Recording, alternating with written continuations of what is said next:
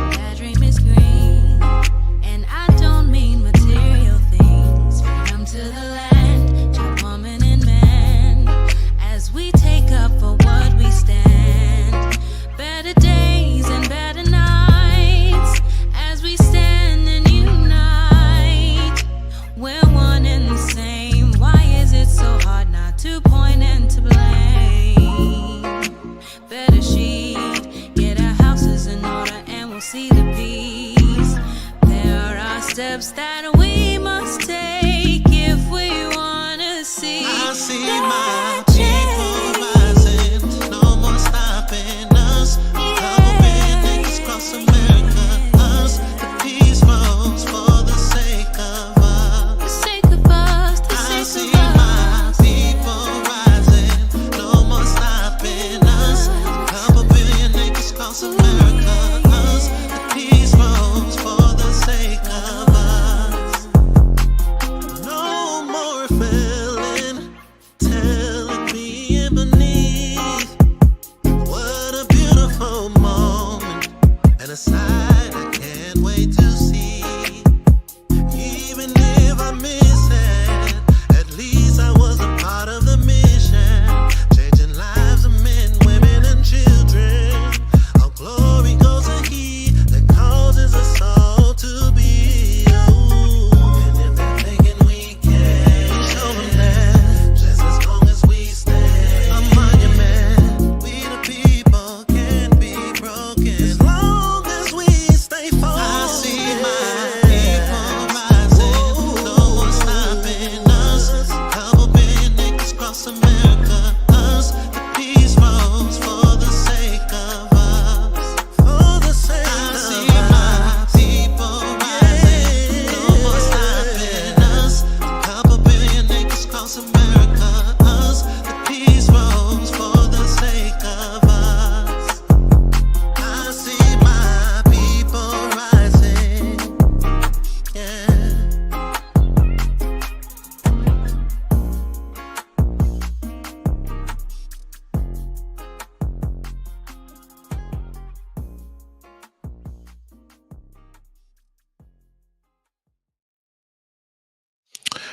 Shalom, shalom, shalom, Berochim Habaim. In Hebrew, that is welcome, bless the coming. Berochim Habaim, I am Naseekh HaRashee Shama, Chief Prince Shama, and I have my lovely Isha, or wife, next to me, Naseekh Amuna. I'm Naseekh Amuna, or Princess Amuna. Shabbat Shalom Legolam. All right, you all, this is Bayeeth Ma'azahn Ministries, and we appreciate those of you that have been tuning in lately. We have a powerful discussion or message or lesson today, and we're going to be in the book of Malachi. In the book of Malachi, we're going to jump other places, but we'll be in the book of Malachi, and this is entitled "The Burdened Word of the Most High." The burdened word of the Most High, and I know when people hear that, it's like, wait, the burdened word? This doesn't supposed to be grievous. The word is not grievous. But trust me, we're going to go into what that truly means in just a bit. But before we get started, my Isha is going to open up. We're reading some scriptures to open up our lesson on today. Just a few scriptures to kind of get us in the mind space and into the place that we should be when we're dealing with one another, when we're dealing and understanding and learning the Most High and how He operates. So we're going to start off in Psalms 19, verse 17. I'm going to start off in Psalms 19, verse 17. Did you need me to pull it up? I can pull it up. I have one right here, whichever one you prefer. All right. 19 and 17. 19, 7 through 14. 7. I need both. Said it, and it reads, Psalms are to have them 19, 7 through verse 14. The law of Elohim is perfect, reviving the soul. The testimony of Yahweh is sure, making wise the simple. The precepts of Yahweh are right, rejoicing the heart. The commandments of Yahweh is pure, enlightening the eyes. The fear of Yahweh is clean, enduring forever. The rules of Elohim are true and righteous altogether. More to be desired are they than gold, even much fine gold, sweeter also than honey and drippings of the honeycomb. Moreover, by them is your servant warned, in keeping them there is great reward. Who can discern his errors? Declare me innocent from hidden faults. Keep back your servant also from presumptuous sins. Let them not have dominion over me. Then I shall be blameless and innocent of great transgression. Let the words of my mouth and the meditation of my heart be acceptable in your sight, O Yahweh, my rock and my redeemer. Hallelujah. All right. We're going to read Proverbs 11 and verse 1. Proverbs 11 and verse 1.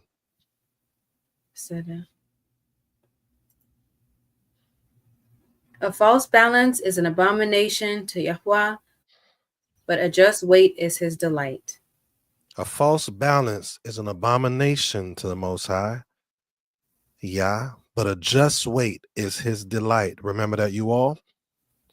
Let's go to 1 Samuel 16 and 7.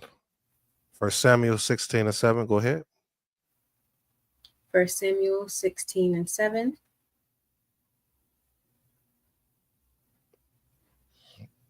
But Yahweh said to Samuel, do not look on his appearance or on the height of his stature, because I have rejected him. For Elohim sees not as man sees. Man looks on the outward appearance, but Elohim looks on the heart. For Yah sees not as a man sees. Yahweh sees as not as a man sees, but looks on the outward appearance. But the Most High Yah looks on the heart. All right. Keep this in mind, you all. We went to Psalms 19, 7 through 14. These are our opening scriptures. Psalms 19, 7 through 14. Proverbs 11, 1. This is 1 Samuel 16 and 7. He looks on the heart, you all. Okay. Let's go to Joshua or Yehoshua. Yehoshua 24 and 15. Yehoshua 24 and 15.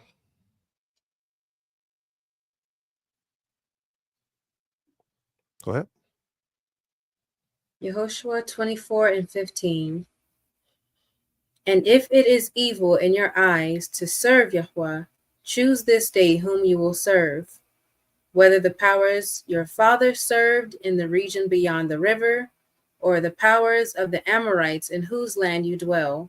But as for me and my house, we will serve Yahweh. For me and my house, we will serve Yah. These opening scriptures are very important. For me and my house, we will serve Yah.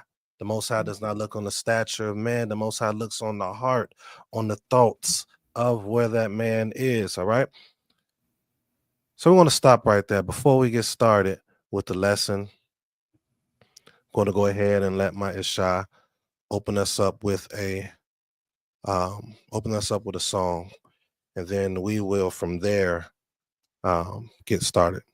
Open up a prayer and then get started with the lesson. Hallelujah. Hallelujah. You're so amazing, oh yeah.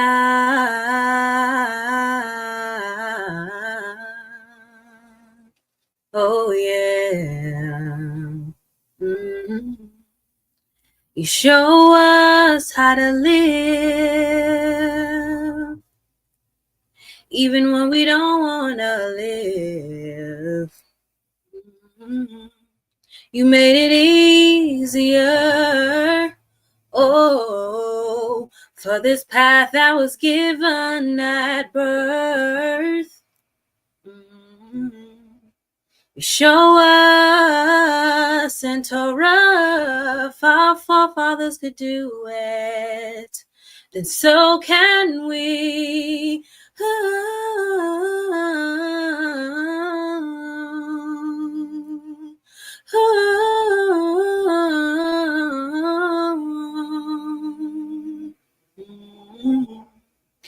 You showed us how to live, even when we don't want to live. You made it easier, oh, for this path that was given at birth. You showed us in Torah, if our forefathers could do it, then so can we.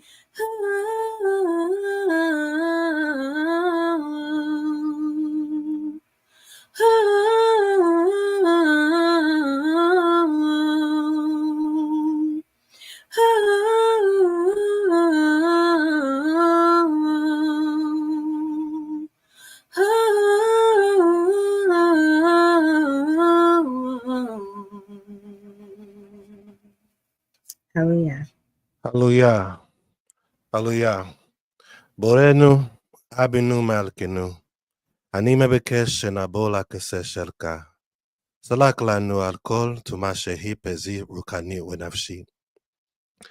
Our Father, our King, our Creator, I ask that we approach your throne. Please forgive us for any uncleanness that is physical, spiritual, or mental. We come before you, blessing your name, giving you all the praise and all the glory. We ask that you forgive us for anything that we have done that offended you or is offending you. We ask that you correct our ways without any harm, hurt, or danger, that you forgive us for any sins unknowingly, and you point us down a direction continuously through your word, through those that you put in our lives as great representatives of you. We ask that you mold us so that we can be a great representative for our people, to serve you, to show them how it is to serve you, to show how it is to serve one another, to show how it is to love one another. For we have lost that on a large scale. It's a remnant within a remnant. So I ask, oh great King, we ask that you give those individuals the strength that's needed to continue therein, because it is hard. It's chaotic out there, and we need you more than anything. We ask that you continue to pour your spirit amongst us. We ask that you do not remove your spirit from amongst us. We ask that you stay before us, behind us, around us at all times for your name's sake, because as we're going to read in Malachi, you said that you do not change. But this change is not what's being taught. This change is due to the love and the covenant that you have made with our forefathers. And for that, for your name's sake and for that covenant's sake, you are still with us. You preserve mercies for thousands in each generation. But what about those that are within the millions? A lot of us are lost. A lot of us are refusing to take heed to what's right before them or before us. Please continue to stay amongst us and continue to correct and direct our paths. Show us your truths. Show us your ways. We appreciate you and we give you all the honor and all the praise. Halueta Makohaniski, Halueta Koachaniski, Halueta Malecha Elion. Praise the eternal source, praise the eternal power, and praise the supreme King, forever and always. Selah. All right, you all. All right, you all. Before we get started, I want to give honor to those that birthed me, my Ab and my aim. I want to give honor to my Horim, Betorah, right? Or Torot, my parents in instructions or in the law, right? That has birthed this beautiful young lady right here, Naseekh Muna, that is on this journey with me, wanting to continue to bring forth information that can help homes, right? Home is a foundation, and that's the missing piece. Man and woman, that's the missing piece. We have these pieces together of understanding of the word and, you know, the spirit and things of that nature from a word, a speaking point of view, but the action is before us. So I'm grateful to have her with me in the ministries that the Most High has put in front of us. And I want to give honor to Chief Principal and Belewu Hadekia, who saw it important to establish me as a teacher amongst Yisrael, and a historian and a scribe of our time. I ask that you all keep Chief Elder Morshalim in prayer, Elder of mine as well. But we're going to go ahead and get started. So let's get started. The burdened word of the Most High. What in the world am I talking about? The laws of the Most High shouldn't be grievous to us, right? So what am I speaking of when we say the burdened word of the Most High? We're going to be in the book of Malachi. We're going to be in the book of Malachi, and here we like to give you a little information. Shabbat Shalom. Shabbat Shalom, Elder Metathias. That's my Ab and Yah. Shabbat Shalom. And before I get started, first and foremost, I want to give honor and praise to the Most High. I know I did that in the prayer, but I got to say it again in English a couple more times, because without the Most High, none of this would be present. None of this would be happening. All right. So before we get started, I like to give a little information in regards to what it is we are speaking of. The individuals, our forefathers, those that came before us, the shoulders that we stand on. Give a little understanding, a little history about it. So I don't know if some of you know or not, but Malachi, or Malachi is how you would say his name. Malach, right? Messenger. Malachi, my messenger. That is what Malachi is. Would have been in the time of Ezra and Nehemiah. Would have been in a time within Ezra and Nehemiah, and would have prophesied in or during the Persian period. Right? Those of you are familiar with, I never could say this name right, but Artaxerxes I, the first, right? It was in that period. Okay. This was around the reconstruction and the dedication of that second temple. We know that he came in and allowed it to be, and that's when Ezra and Nehemiah came in. But Ezra, Nehemiah, and Malachi or Malachi, their ministry was a little similar, pretty similar. There are some schools of thought within the scholar world that like to say and believe that Malachi or Malachi was actually Ezra. I don't teach that, but I like to bring out different schools of thoughts of understanding, of a school of thought that may be out there, so that when you are going down your path of learning, you will know what to expect, what to hear. Okay, we don't teach that here at Bayeeth Ma'azahn Ministries, but we do want to put that out there. Okay, so I'm going to go to my notes just to give a little background on it. So Artaxerxes the first was a Persian ruler during the time of Malachi, Ezra, and Nehemiah, which I had just said to y'all. And his reign is the context in which Malachi's prophecies were delivered.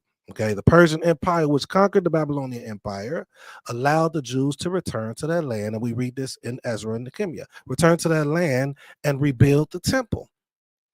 All right. This aligns with the time frame in which Malachi prophesied. So again, that was around the same time frame, and we need to get that understanding, because a lot of these prophets, as we showed in previous classes, they were contemporaries, but we don't understand this. We don't understand that these prophets some of them was around the same time. Literally, they just was in different areas.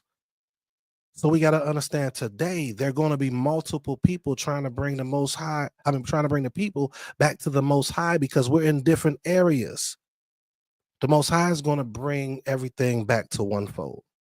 But until then, we need to get an understanding of who the Most High is, how we should operate with one another. We need to get that understanding, because here's the problem.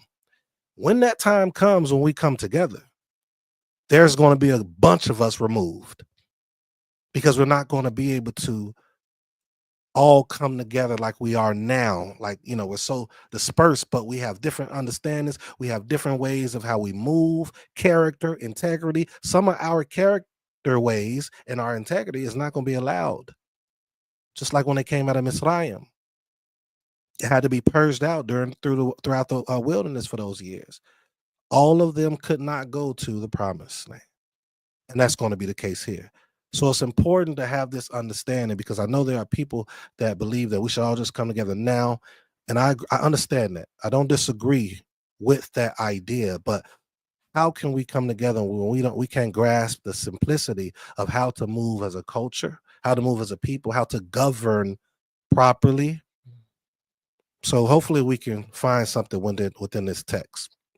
All right. So Malachi's ministry likely occurred after the exile, around the time where the Jewish people were living in their land again under Persian rule, but still struggling with issues such as corruption, neglect of the temple, and failure to fully return to the Most High. We're seeing that today. It's nothing new under the sun.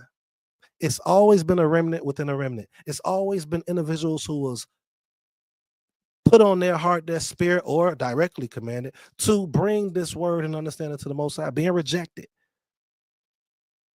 corrupting things that was put in place by them. This is the same thing happening today. The second temple was completed and dedicated in around 516 BCE. I won't hold or stay firm on that time frame. This is where Chief Prince Zabulon comes in. He actually got a book coming out, you all, but he has a lot of evidence that can prove that some of these numbers, some of these dates is really off. So I'll keep that on the historian side of him. Here we go. And Malachi's prophecies are believed to have taken place sometime after this event. We're going to get started in 1 second. Just going to finish the rest of my notes. Malachi addresses the people's spiritually apathy, religious corruption, and neglect of the temple service, which were ongoing issues even after the temple's reconstruction. It's ongoing today. One of the things that I do believe is that we can come together, as we was reading on Jeremiah 29:11, but in order to come together, there has to be major structure. And within that major structure, there has to be certain understandings when it comes to serving and reverencing the Most High in something that you're dedicated. We have a lot of us have dedicated congregation and what we might call Knesset or Knesset, and there are elements within there where it's a lack of that reverence to the Most High. All right, let's keep going. Some scholars, as I said earlier, propose that Ezra himself could have been the prophet Malachi or Malachi. The reasoning behind this is that Ezra was a key religious leader during the time, and Malachi's focus on the priesthood, the temple, and a need for spiritual reform aligns with Ezra's mission. But that doesn't necessarily mean that was Ezra, though. As I told you, a lot of the prophets, they have a similar stances, approaches, and when you go all the way back to Devarim, the Most High was saying in Devarim 10:16, if I'm not mistaken, to circumcise your mind. Circumcise your heart, but he's talking about your mind, your way of thinking. Right? My people are destroyed for lack of what? Knowledge. But they had the knowledge. It was the action, the changing of going within that knowledge that they lacked. So they never circumcised their thinking process, which is what most of the leaders and the prophets continue to come and bring. So the similarity between Ezra and Malachi does not mean that they're the same. But I won't fully take away from that, because I do understand they used to have something called pen names. We have that today. For those of us that are authors, we understand that some people have pen names. They won't give their actual name, but it'll be a pen name.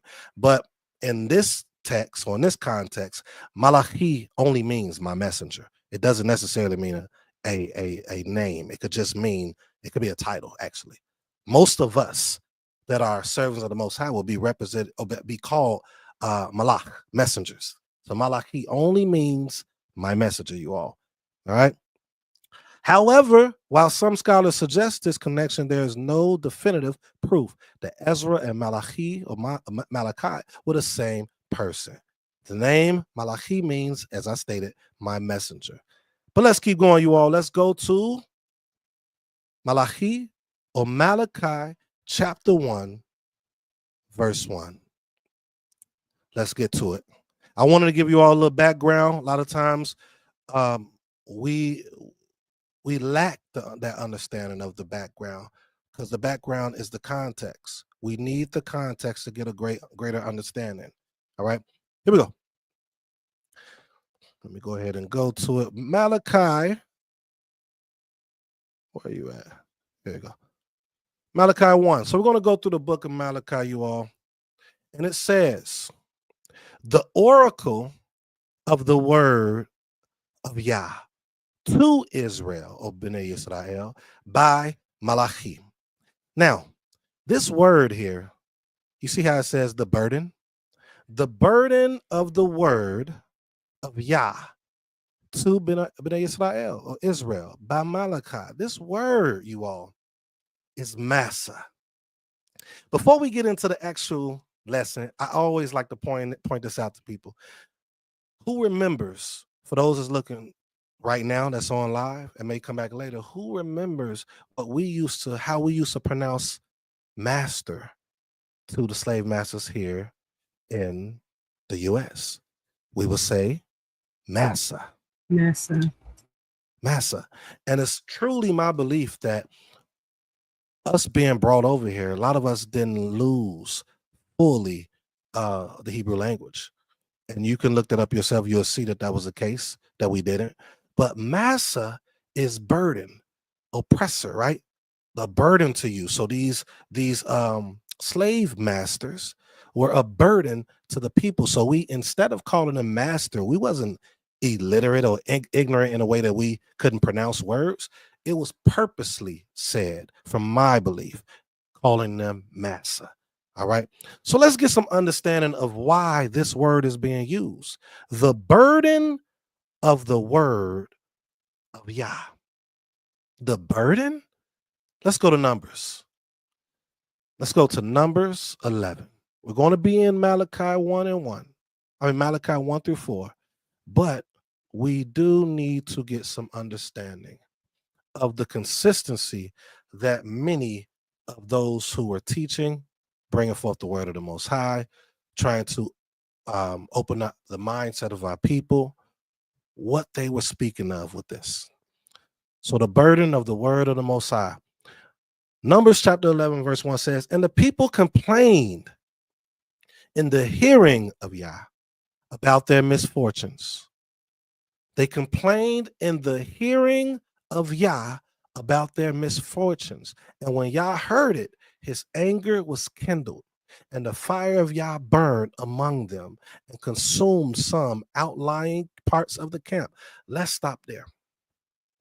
This is going to be a lengthy lesson, you all, so hopefully you all stick with us and bear with us, because this needs to be brought out.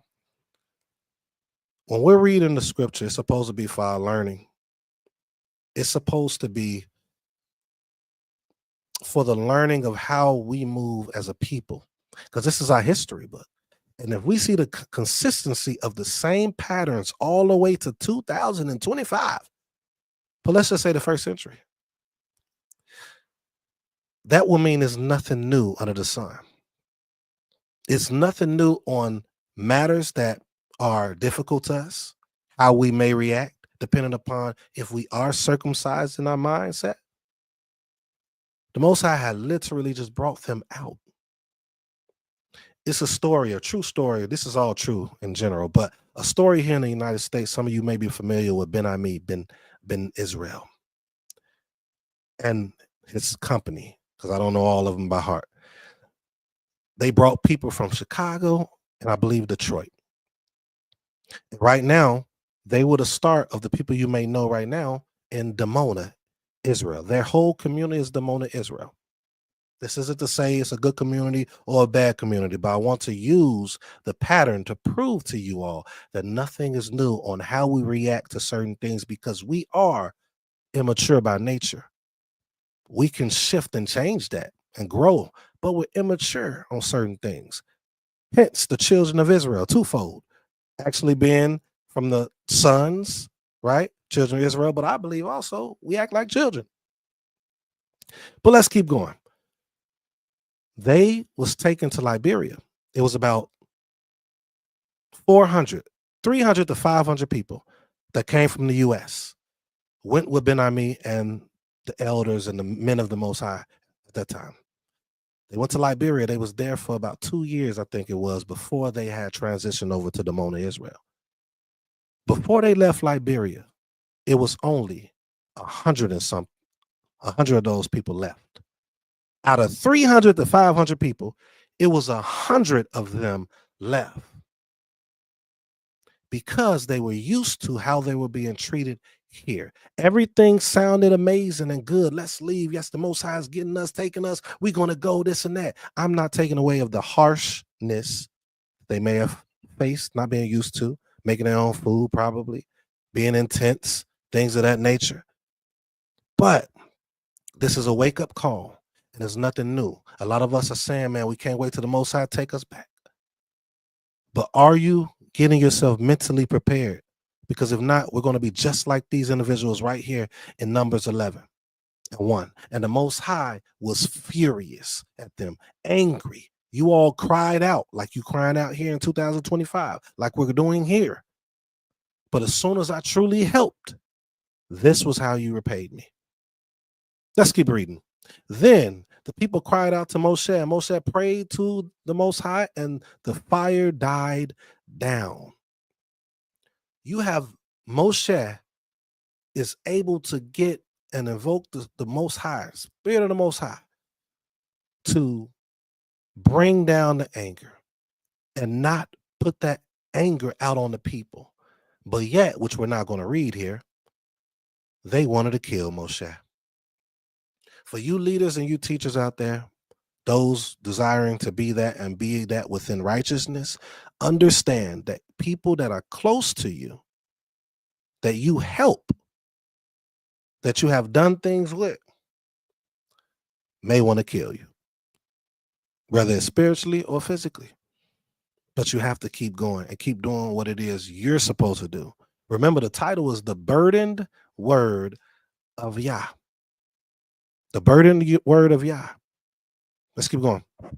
So the name of that place was called Taberah, because the fire of Yah burned among them. Now, the rabble that was among them had a strong craving, and the people of Israel also wept again and said, oh, that we had meat to eat. We remember the fish we ate in Mitzrayim. And it costs nothing. The cucumbers, the melons, the leeks, the onions, and the garlic. We remember these things.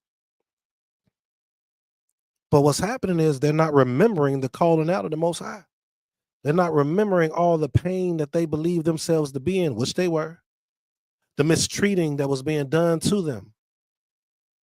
But as soon as we have to fend for ourselves, message, as soon as we have to do for ourselves, that captivity don't look as bad. So many of us right now are 1 foot in, 1 foot out. And we're desiring and want to be brought out and really be under the protection, the guidance, the leadership of the Most High. Because that's when you're really going to be under that, because you have nobody. But you may fall into the same group of people right here that is going to remember what they used to do back then. Now, many of us go through this, but this is supposed to remind us that our complaining, we have to have that as a bare minimum.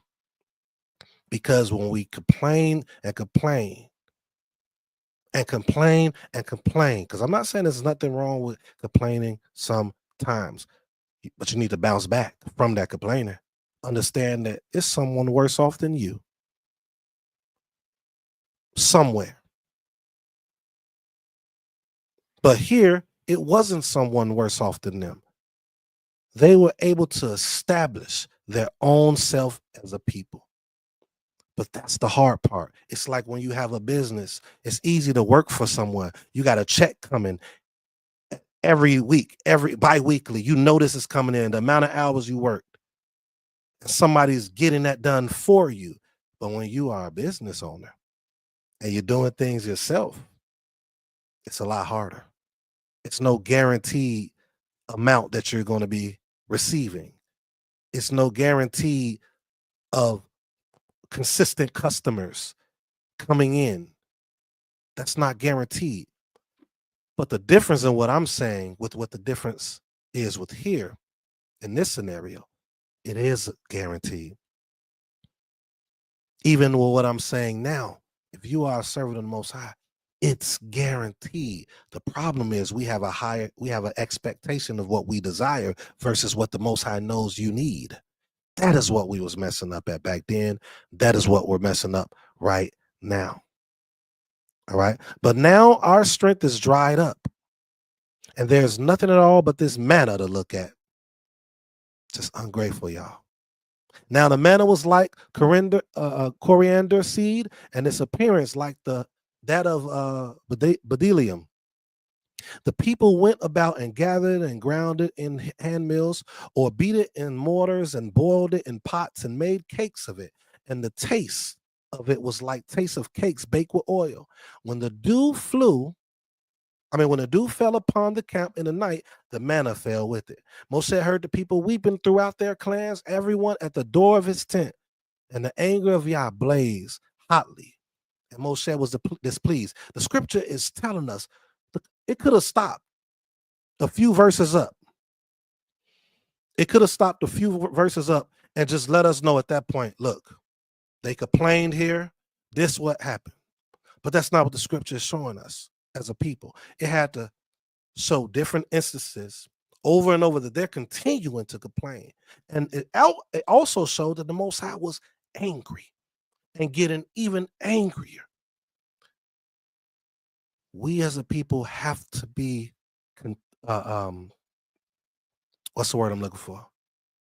Satisfied, which is not the word I'm looking for, with where the Most High has us. Because where he has us, there's a level of protection there. There are things that we're not going to see and understand. The bigger picture, we don't see it. We only see and want what's right there. And that's most of us. There's only, I always say, a remnant within a remnant that has that foresight, that has that understanding, that can see that. And the reason they see that is not because of them.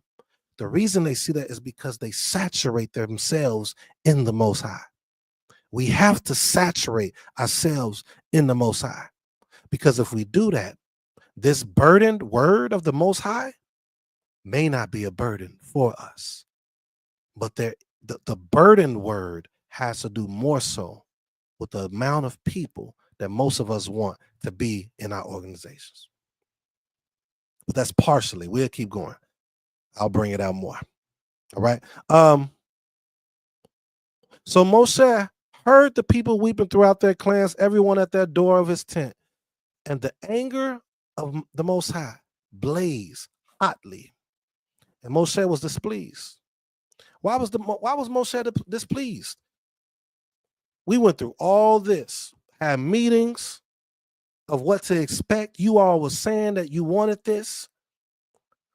I was supporting of you. I was in prayer for you. I had my family involved in this for a portion of the time. For the sake of all my people, I'm putting them in harm's way. You all said you was ready. You wanted to go. You wanted to reestablish priests and reestablish leaders and reestablish order. You wanted that. Moshe is displeased. Moshe said to the Most High, why have you dealt ill with your servant? Right? And why have I not found favor in your sight that you lay the burden of all this people on me? The burdened word of Yah. The burdened word of the Most High. You lay this burden of all this people. You gave me the word to get your people out. Tell them to do this. They don't understand that, then tell them that Yahweh Elohim has sent you.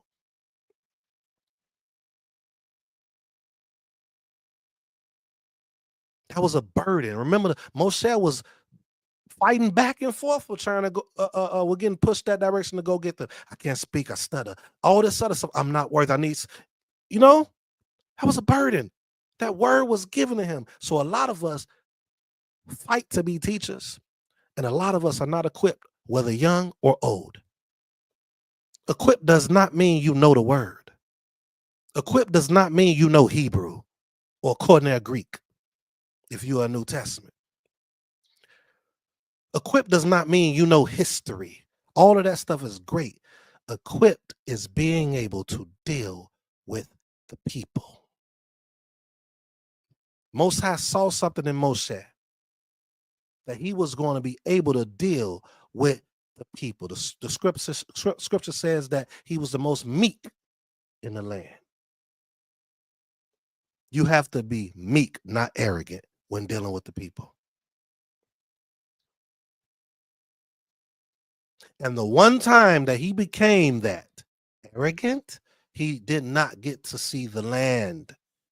And most of us can't tie his shoes.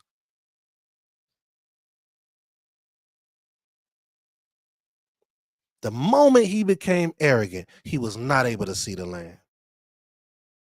The burden word of the Most High. It was a burden because he had to stay that way all the days of his life with them. And for Moshe's sake, of course, those before Moshe, but for Moshe's sake, they were good. You all may remember the story. The Most High was willing to wipe out everyone and start a new nation through Moshe. He took on that word, that burden word. But it does not change the fact that he said, why are you doing this? We saw that with Jeremiah. This happens. The difference between Moshe and Jeremiah is Moshe was a little more mature than Yirmiyahu. Let's keep reading though. It says, Moshe said to the Most High, why have you dealt ill with your servant? And why have I not found favor in your sight that you lay the burden of all this people on me? Did I conceive all this people? Did I give them birth that you should say to me, carry them in your bosom? As a nurse carries a nursing child to the land that you swore to give to their fathers. Some will say, man, he challenging the Most High. But there's a certain relationship that a man or a woman of the Most High has to where they can talk to the Most High in this matter. But see, we're reading it and we're putting our thought process, those of us, because it's a lot of teachings out there. They say how Eob or Job dealt with the Most High and things like that. But we're putting the way that we view what we're reading, our Western thought process on this text. And we're saying that, man, he complaining to the Most High. Oh, he talking crazy to the Most High. He's questioning the Most High. He's challenging the Most High. No, he has a relationship that you can't even fathom with the Most High. And the Most High with him, or the ladies. Verse 13, where am I to get meat to give to all this people? For they weep before me and say, give us meat that we may eat. The same people that complain about wanting to be rescued. We need to take heed to that, y'all. We got to take heed to that and prepare ourselves. Verse 14, I am not able to carry all this people alone. The burden is too heavy to me. The burden is too heavy to me. All right? If you would treat me like this, kill me at once. If I find favor in your sight, that I may not see my wretchedness. He's even calling it his wretchedness. And he's not the one doing it. Now watch this though. Then Yah said to Moshe, gather for me 70 men of the elders of Yisrael, Bnei Yisrael, whom you know to be the elders of the people and officers of them. This isn't saying just go pick some elders. Whom you know to be the elders of the people and officers of them. They had to have a certain position already. There had to be some consistency in how they moved. Their character had to be a certain way. Their integrity had to be a certain way. It had to match Moshe. It had to match it in some capacity. It had to be some similarities for it to function properly. If Moshe was a horrible person, an arrogant person, he would have had to pick some people that was arrogant. Because if he picked someone that wasn't arrogant, they wasn't going to mesh. A leader that's arrogant and a leader that's not is not going to mesh. Their spirit has to match. When I say spirit, we're not talking about this spirit that everyone be talking about in different organizations. Oh, the spirit of the Most High, the spirit. No. We're not just going to say words. Their spirit of how they operate often, how they look at people, how they look at those above them and under them would have to be the same for them to get along and go forward. Let's see what the rest of the scripture says. Let's see. Whom you know to be elders of the people and officers of them, and bring them to the tent of meeting, and let them take their stand with you. And I will come down and talk with you there, and I will take some of the spirit that is on you and put it on them, and they shall bear the burden of the people with you, so that you may not bear it yourself alone. So these individuals had to have certain positions, a certain mindset, a certain spirit in order to mess with your spirit alone. And not even that, I want to put a little more of your spirit on them, because I want to give you some space. Remember what Eliyahu and Elisha got a double portion of the spirit of Eliyahu, right? What I'm saying with this is this spirit, this little spirit that he had to take from Moshe to the people, is going to cause for the people not even to have to go past the elders that was put in place and the leaders that was put in place by Moshe to get to Moshe. In other words, they wouldn't even have to get to Moshe. These individuals are qualified. These individuals understand how to deal with different personalities, different character traits.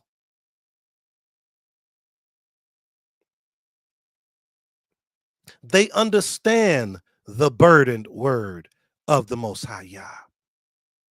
Some texts say oracle in Malachi 1. We're going back. They understand that.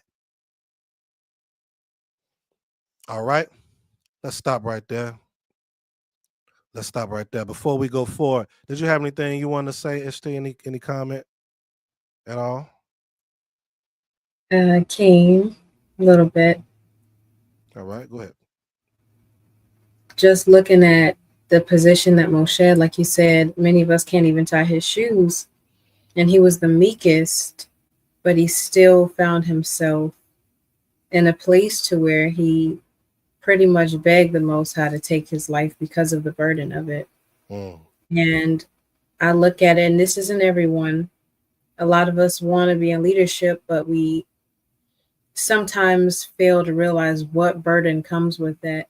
And that isn't, we look at sometimes the benefits of it. Well, you might get fame, or, you might get a huge following, but that following also comes with a responsibility. That means you're taking care of the people's needs a lot of times mentally and spiritually. And I think that's a burden we ask for more than we're granted it by the Most High. And just looking at that just makes me think, and puts me in a place to, one, check my spirit even more, and just ask the Most High to, as we would sing, prepare me. Okay. And I love that you have said the mental and the spiritual and the physical. The financial is needed, you all. But something has to be, you have to look at the consistency of things. And the consistency of things for most of us as so-called Black people, most of us have jobs, most of us have money coming in, but most of us are failing with relationships. So if you're failing with relationships, but you're not technically failing with a job, you got money, whatever income level you have, whether you're rich, whether you hit 100,000 somewhere, the high double digits, things like that. But you're failing in relationships. That means the mental and the spirit isn't there with dealing with people. And that's what Moshe had. That's what the elders that was added needed to have and had in order to govern so many people. to maintain so many people, to have a relationship and network with so many people, and they come to you in their times of struggle when it's pertaining to relationships. I'm not talking about marriage, anything, not just money. These people were good, but it was their mindset. All through the text, and we're going to keep reading because I don't want to stay too long on this. It was the mindset, it was the spirit, and it was their mental fortitude, lack thereof. We get this land that we want. It's not going to stand if we don't have those things. We see that being the case if we just look at our history. All right, let's jump back to Malachi 1. Let's get into it now. Let's get into it now. Malachi. Let me pull this up. Malachi 1. So we started off with Malachi 1 for those of you that's just tuning in. We appreciate you tuning in. Please take the time right now at this moment to like the video. Take the time to like the video. Take the time to comment. Let us know your thoughts so far. And take the time at some point while I am teaching to share it, or at least share it when it's over. So this says the oracle of the Most High Yah to Bnei Israel by Malachi, by my messenger. The oracle, the word is burden, or in Hebrew, the word is massa. Okay, let's go. Verse 2. I have loved you, says the Most High Yah. But you say, how have you loved us? Is not Esau, or Esau people say, Yaakov's brother, declares Yah? Yet I have loved Yaakov. But Esau I have hated. I have laid waste his hill country and left his heritage to jackals of the desert. If Edom says we are shattered, but we will rebuild the ruins, Yah of hosts says they may build, but I will tear down, and they will be called the wicked country and the people with whom the Most High Yah is angry forever. Your own eyes should see this, and you should say, great is Yah beyond the border of Israel. Now, let's go somewhere to find out why is the Most High so angry. So angry with Esau or Esau. Okay, so let's go to, pull it up. Bereshit or Genesis 36, 1 through 3. And we're going to do verses 8 through 9 as well. Saying this for those that's tuning in that may want to write it down. We're going to go to Bereshit or Genesis chapter 36, 1 through 3, verses 1 through 3, and 8 through 9. All right, let's pull it up. Give me a second. Trying to find where I just did with that one. Genesis 36.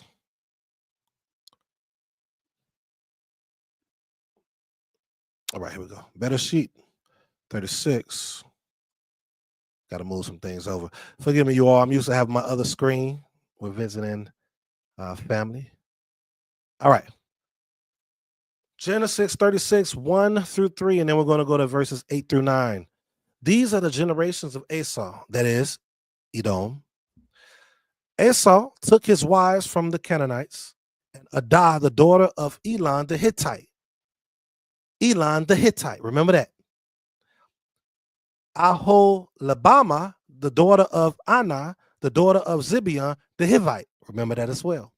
And Beshmath, Ishmael's daughter, the sister of Nabaioth. Let's go to 8. So Esau settled in the hill country of Seir. These are the generations of Esau, the father of the Edomites, in the hill country of Seir. Let me move this over here so I could just click that. I didn't want that to happen. There we go. Okay. So what we're going to do is I'm going to pull something out for you all that I wrote out. Okay, so we read a little bit about the Hittites. We read a little bit about the Hivites. It's important that you remember those. Esau bound himself by marriage to the Hittites. The Hivites, both Canaanite tribes, and the Ishmaelites, Ishmael not being a son of the promise. Keep that in mind. Ishmael not being son of the promise. The Hittites descended from Heth, son of Canaan or Canaan, were by far the strongest and biggest of these tribes, possessing a huge empire that stretched from Asia Minor to Palestine, with the capital in what is today central Turkey, some say, or most say. The land of the Hatti was the major empire of Abraham's time, having the commercial, cultural, and military power to influence the entire Levant. Watch this. The Hivites were related, but less numerous people living in the land of Canaan. They may be those whom the Bible calls elsewhere Horites, and whom history terms Hurrians, a people centered in northern Mesopotamia who had been a dominant people in the region. In Esau's time, they seem to have had several strongholds in general Canaan or central Canaan, including Shechem. Y'all remember Shechem? So 22 records. I'll write this down, you all, for your own purposes. Deuteronomy 2 and 12. But I just want to read and get this over with. Destroyed and perhaps absorbed a branch of Horites living in Seir, taking their land for themselves. It is now clear how close the ties were between the Edomites, the Hittites, and the Hivites, and the Ishmaelites. Okay? The Edomites, Esau, remember, he hates Esau, were very close in ties with the Hittites, the Hivites, and the Ishmaelites. They were all related by marriage and blood. We find another blood connection in Genesis 36, 11 through 12, which that's where we are right now, Bereshit 36 to 12. It says, and the sons of Eliphaz were Teman, Omar, Zepho, Gatam, and Kenaz. Now Timnah was the concubine of Eliphaz, Esau's son, and she bore Amalek to Eliphaz. Keep that in mind. These were the sons of Adah, Esau's wife. The Amalekites descended from Amalek, a grandson of Esau. All of this is important, you all. We get into it. Fell naturally into the anti-Israel alliance. So they had an alliance. It was an anti-Israel alliance. But who started this? Who started it? Verse 16 mentions that Amalek became a chief among the Edomites. Although the son of Amalek became a chief of although the son of a concubine, he nonetheless became head of a significant tribe, which in later times distinguished itself as a ruthless enemy of Israel. All right. Okay. So let's get some scriptural references, you all. Let's go to Ezekiel 25. Let's go to Ezekiel 25. We're coming back to Malachi, but we got to understand why the Most High truly hates Esau, for those of you that may not be familiar. I know we have passages in different places that speaks on it, but a lot of us don't know why. Okay, let's go to Ezekiel chapter 25.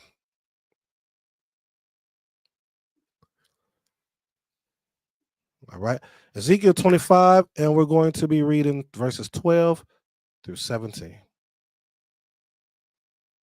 Here we go. Thus says Yah Elohim, Yahweh Elohim, because Edom acted revengefully against the house of Yehudah and has grievously offended and taken vengeance on them. That's the key.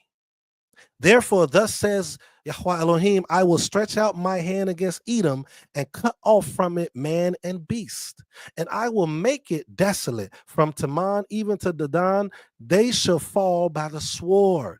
Wait a minute. And I will lay my vengeance upon Edom. Why? Because Edom, took vengeance on them. Right? Revengefully took vengeance. And I will lay my vengeance upon Edom by the hand of my people, Bnei Israel, And they shall do in Edom according to my anger and according to my wrath, and they shall know my vengeance, declares Yahweh Elohim. What I say, to verse 17? Yep. Okay. Thus says Yah Elohim, because the Philistines acted revengefully and took vengeance with malice of soul to destroy and never-ending enmity. Therefore, thus says Yah Elohim, behold, I will stretch out my hand against the Philistines, and I will cut off the Cherethites and destroy the rest of the seacoast. I will execute great vengeance on them with wrathful rebukes. Then they will know that I am Yahweh when I lay my vengeance upon them. Now, what's interesting is he said what he said here about the Philistines and them, but did not say what he said about Esau. Why? Esau is the brother of Yaakov. He's the brother. But Esau, the man, is not the one that the Most High is against. Remember, Esau was mad, so much so that Yaakov thought that Esau was going to come and kill him. But instead of killing him, he embraced him. He forgave him. They had to meet each other to embrace and forgive.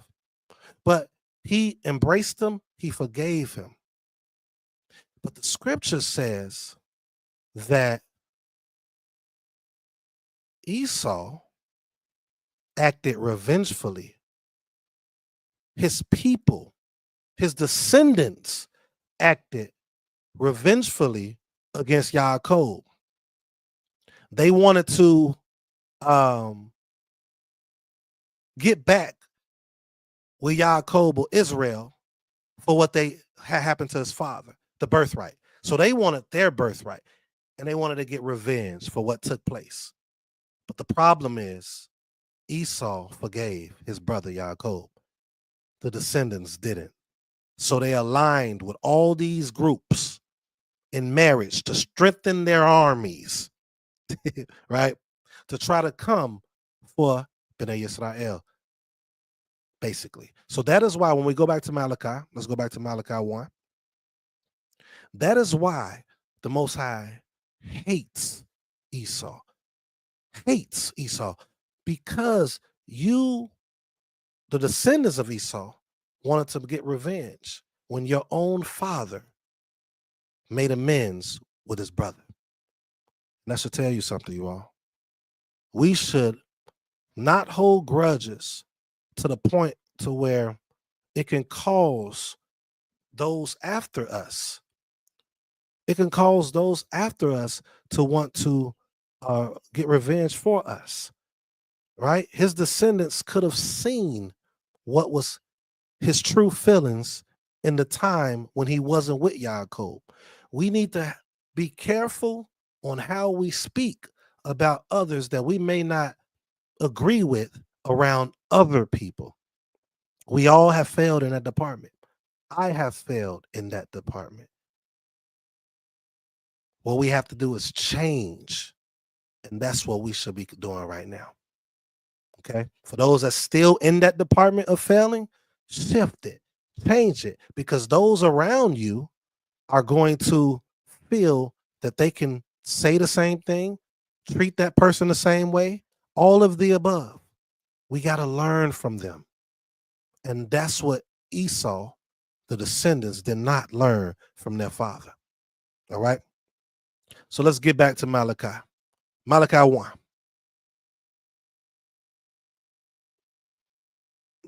Malachi 1. Where you at? Where you at? All right.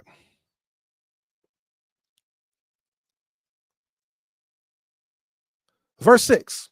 A son honors his father, and a servant his master. If then I am a father, where is my honor? Let me bring this up some. If I am a father, where is my honor? It's a certain amount of honor when we're talking about the Most High. Okay, we can look at it from a carnal standpoint, but the Most High is talking about himself right here through this prophet, Malachi. which we really don't know his name because Malachi just means my messenger. But if I am a father, where's my honor? We can look at ourselves today in that regard. A lot of things that we're doing today, at whatever level that you are, especially if you're not at the level that has an understanding of how to truly reverence the Most High in all the ways that we are able to understand today, because we don't understand everything. But the things that we do know, are we reverencing the Most High fully?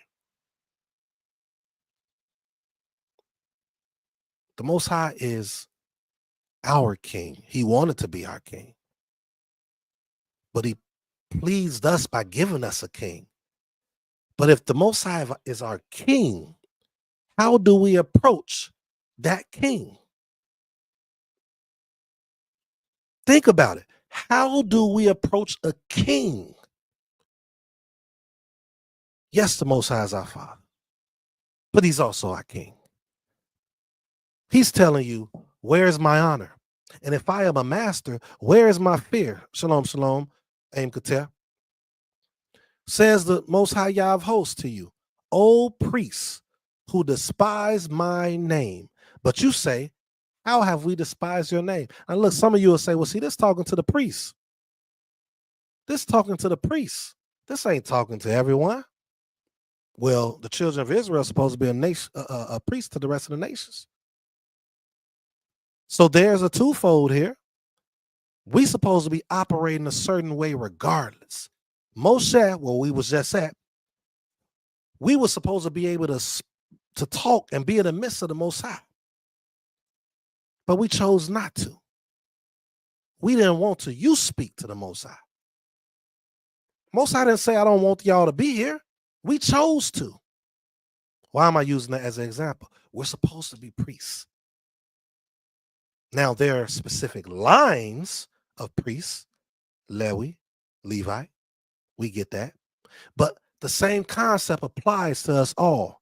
And that's the part that we're missing. That's the part that we're not understanding as Bnei Yisrael, or children of Israel. So he says, where am I at?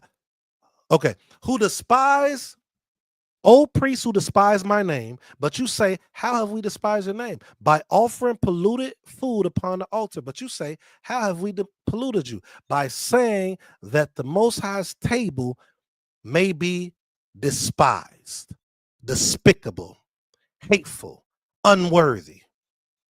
That's what that word means there. Contemptible. The Most High's table may be despised. Who gives us the right to say that? And we're saying that now in so many ways. We should still give that honor no matter of where we think we are. This might not be the Mishkan, the temple, but if you dedicated it to the Most High, we should operate within it in a certain way. A lot of people are not going to listen to what I'm saying right now. I've been in this longer than you. You only been in this walk, Naseekh HaRashee, for 13 years. I've been in it for 30. Does not matter. It's something for your time that you may have used that was needed, and now it's something that's being brought now that's needed to add to that puzzle. And it's going to be someone after me and my Ishai knows like us that's going to add to the puzzle to make that puzzle whole. Let's keep going. When you offer blind animals in sacrifice, is that not evil?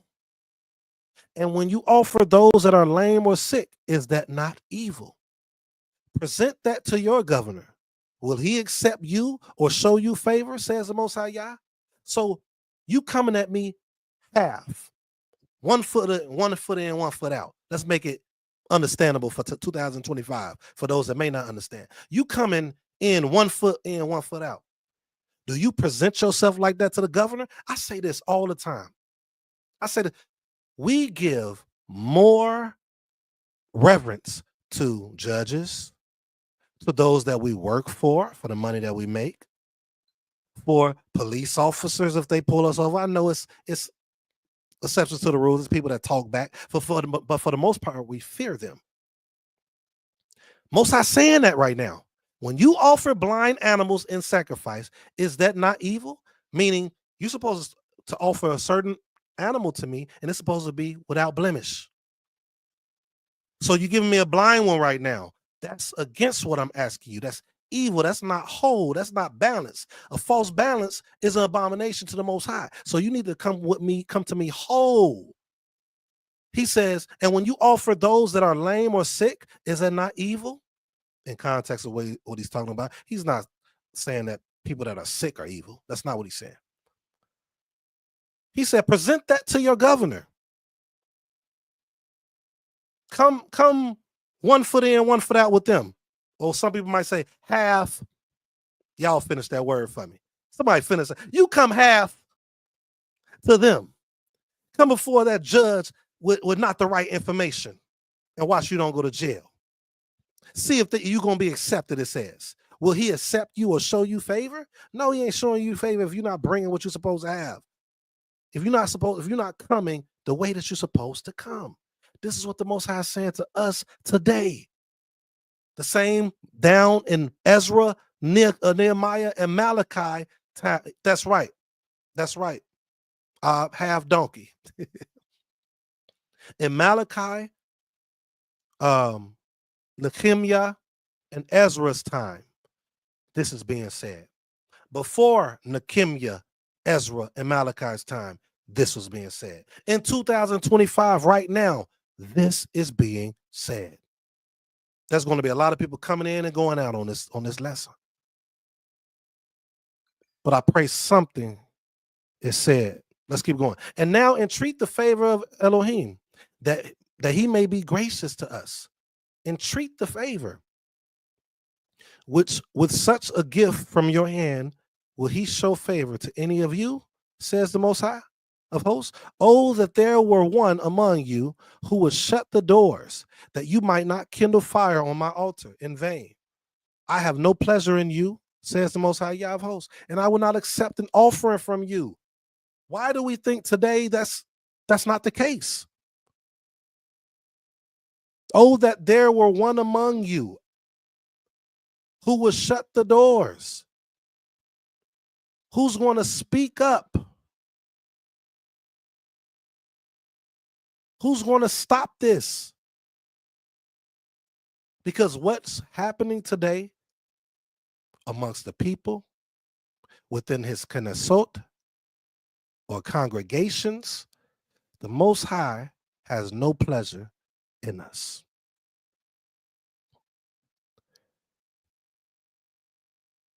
Let's keep going. And I will not accept an offering from your hand. For from the rising of the sun to its settling, my name will be great among the nations, and in every place incense will be offered to my name, and a pure offering. For my name will be great among the nations, says the Most High. A pure offering, a clean offering, which means that a lot of offerings that we're doing today, offering of the lips, is not pure. And you know why? Because a lot of us are teaching that no one can be pure. And no one can be perfect. Some people are saying no one can be righteous because of a misunderstanding of a passage. So how can we bring something that's pure to the Most High if so many people are being taught that no one can do it? When that's totally against what we read in our scripture. Totally. Verse 12, but you profane it when you say to the Most High, when you say that the Most High's table is polluted and its fruit, that is, its food, may be despised. So wait a minute, you can't keep the holy days in United States.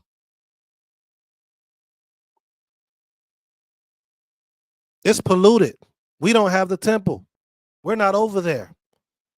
Okay, so you're going to purposely not do it, learn how to properly execute it. And then if the Most High came today, what's today's date? If the Most High made it happen today on the 31st, I think it is, 2025, and removed everybody from over there and brought us over there at the state that we're in now, do you actually think we're going to be doing it the right way? Are we going to be prepared? You know how many leaders going to drop the ball? So this is needed, what we're doing. But you're telling people that the Most High's table is polluted and its fruit, that is, its food may be despised. But you say, what a weariness this is, verse 13, and you snort at it, says the Most High of Hosts. You bring what has been taken by violence or is lame or sick, that this you bring as your offering. This reminds, shall I accept that from your hand? Do y'all remember the story of Shaul? Y'all remember that? We was watching, me and my Isha was watching this new series with Dawit. I forgot the name of it, but if y'all haven't seen it, check it out. It's pretty interesting. It's building off of the story scripturally, but it's adding to it. But what was interesting is they had Dawit, one of the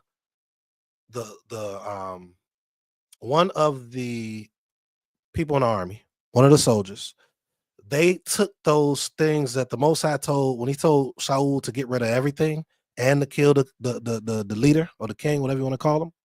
And he took him as a prisoner and he passed out the items for everybody to have some little money and stuff like that. In this episode, the guy was trying to give Dawit the knife that he got from over there, from that, the casualty of war. And he said that was abomination. He pushed it out of his hand. That's what the Most High is saying right here. You bring what has been taken by violence or is lame or sick, and this you bring as your offering. Shall I accept it? Those of us that are raised in Christianity, there's a lot of great people in Christianity. I don't knock them. Those are really trying to serve from their understanding. But we're taking what has been given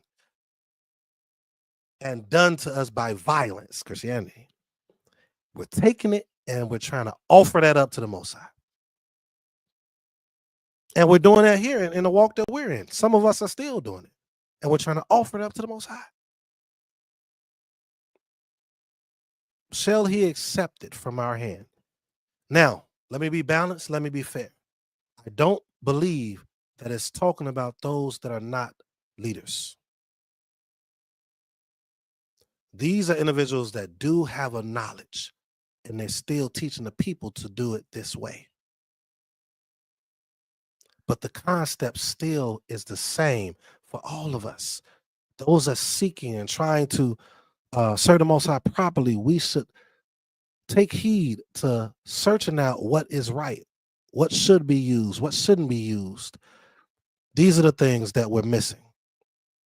All right. Let's continue going.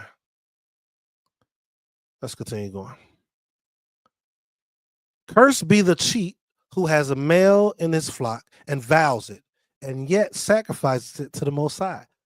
What is blemish? For I am a great king. For those that was wondering why I keep calling the Most High King, says the Most High Yah of hosts, and my name will be feared among the nation. The Most High Yah, Yod He Wah He, is our King. Not my words, Most High's words. All right. Any thoughts to this first chapter history? Before you say anything, 1 second, let me pull something up. Okay. Did you have anything before we go forward? Lo, ani beseder. Toda. All right. Those that's tuning in, please, if you haven't, take this time at this very moment right now and like the video, please, if you're live. If you're on Facebook, come on over to YouTube. Make sure that you like it. Make sure that you share. Make sure that you subscribe. I hope it's something that's being said right now that is opening up your eyes. We're going to go ahead and go to Malachi, chapter 2. Let's get through it. We're going to go through this, you all. All right. Malachi chapter 2. Whew. And now, O priests. Now, O priests, this command is for you. Okay? This command is for you. If you will not listen, now notice it's saying it was, let's go back to 1. This is speaking of both, right? What he's doing to Israel, why he's uh hating Esau, why he's speaking on what should be done as far as what we're doing wrong within what we give honor and respect to and dedicate towards for the Most High. That's what all this stuff is talking about, and removing ourselves from those things. But now we're about to get to the priests, okay, per se. Oh, now, O priest, this command is for you. If you will not listen, if you will not take it to heart to give honor to my name, says Yah of hosts. Take it to heart. This means you really got to think on it, meditate on it. Don't just go to Shabbat. Don't just get online. Don't just sit on Facebook and send messages and talk about people, or even just sit on Facebook and send encouraging messages, which is still needed. All of that stuff is needed. But if you will not take it to heart, to your mind, this got to be within us. This can't just be something that we just a ritual. Rituals are good, but all of these things have to be combined. Everything has to be with each other. All of these pieces have to add up or come together to create this puzzle that the Most High has shown us that we're supposed to be doing. If you will not listen, if you will not take it to heart to give honor to my name, to my authority. Name is name, but name also can mean authority, depending on the context. And a lot of times it is that. I have authority over you, but you are allowing others to have authority over you. And I'm your king. This is why I'm using the word authority here, because we see contextually this happening all the way before the 1st century, during the 1st century and beyond, and today. We're not giving honor to the Most High's authority, to the Most High's name, leaders, and those that's under the leaders. Same thing. If you will not take it to heart to give honor to my name, says Yah of hosts, then I will send the curse upon you, and I will curse your blessings. Indeed, I have already cursed them, because you do not lay it to heart. Let it be in the forefront. Let it stay there. Saturate yourself in these things.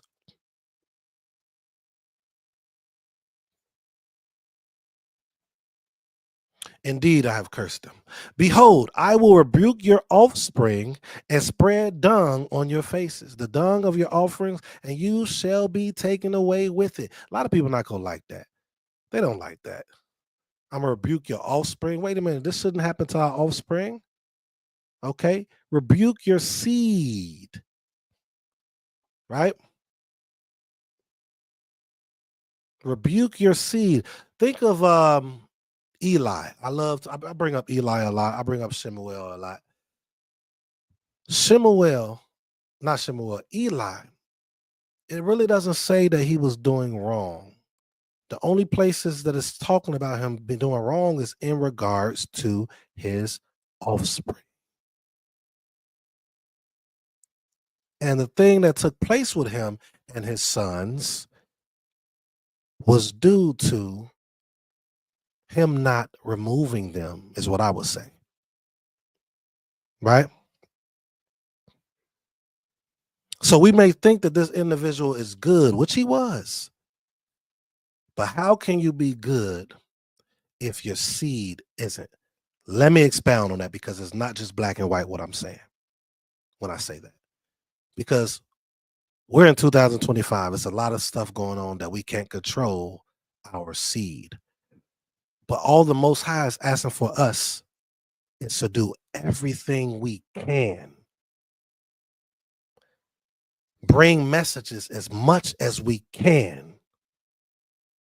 If they don't listen, it's nothing you could do. If they're in your home, of course it is.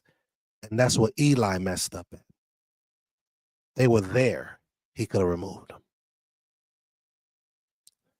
All right. So he says, behold, I will rebuke you, your offspring, and spread dung on your faces, the dung of your offerings. So not even just your offering, your offspring, but on all of y'all faces, y'all getting it. Because what? All of y'all are doing it. And if you weren't doing it, by you allowing them to do it, and they're in your midst, that means you were doing it. If you allow things to happen that is against what the Most High is telling us not to do, wait till we get to it. We ain't there yet. Because we're about to get heavy really quickly in the book of Malachi. So I hope y'all don't leave, because it's about to say something. But if we're allowing things to happen in our midst that is against what we know, what we read, what we understand, this is what's probably happening to you, more than likely. But we're not looking at it as though it's something that's harming us, because those that are around us is agreeing with it. Verse 4. So shall you know that I have sent this command to you, that my covenant with Lewi may stand, says Yah of hosts. Here we go. My covenant with him was one of life and peace, and I gave them to him. Right? Levi, whatever. It was a covenant of fear, and he feared me. He stood in awe of my name. Now we know what took place when Moshe was gone. But I'm believing that this was before that. But true instruction was in his mouth, and no wrong was found on his lips. He walked with me in peace and uprightness, and he turned many from iniquity. Right? So it could be a second fold on this, just dealing with Lewi in general at this point, when they were doing what they were supposed to do. For the lips of a priest should guard knowledge. Remember I said that B'nai Yisrael is supposed to be a priest to the nations. So I'm going to put this on all of us. I'm going to put this on all of us. Let me bring this back. Something happened. I don't know what. So he said, and people should seek instruction from his mouth. A priest should guard knowledge. For the lips of a priest should guard knowledge. Right? Priests shouldn't just be spewing anything, because you are over multiple people. So you got to keep it protected. You got to deliver it properly. You got to watch what you say. Preserve your words. For he is the messenger of Yah of hosts. But you have turned aside from the way. Right? These priests here, you have turned aside from the way. And guess what? Today in 2025, us as leaders have turned aside from the way. The way is just not the knowledge of understanding. The way is not just knowing how to speak Hebrew. As I said before, the way is not knowing how to break stuff down, precept upon precept, here a little, there a little, line upon line. I know I flipped it. It's not just that. It's not just knowing history. It's not just knowing how to answer questions. It's how you're walking. Because a messenger has to represent that who sends him or her. And in this sense, the Most High is perfect. So that means you need to be blameless. We need to be blameless. Verse 8, but you have turned aside from your way. You have caused many to stumble by your instruction. This is why we got to be careful. I was talking to Chief Prince of Bulin, and he said something to me, and if he's watching, hopefully I'm good with being able to say it.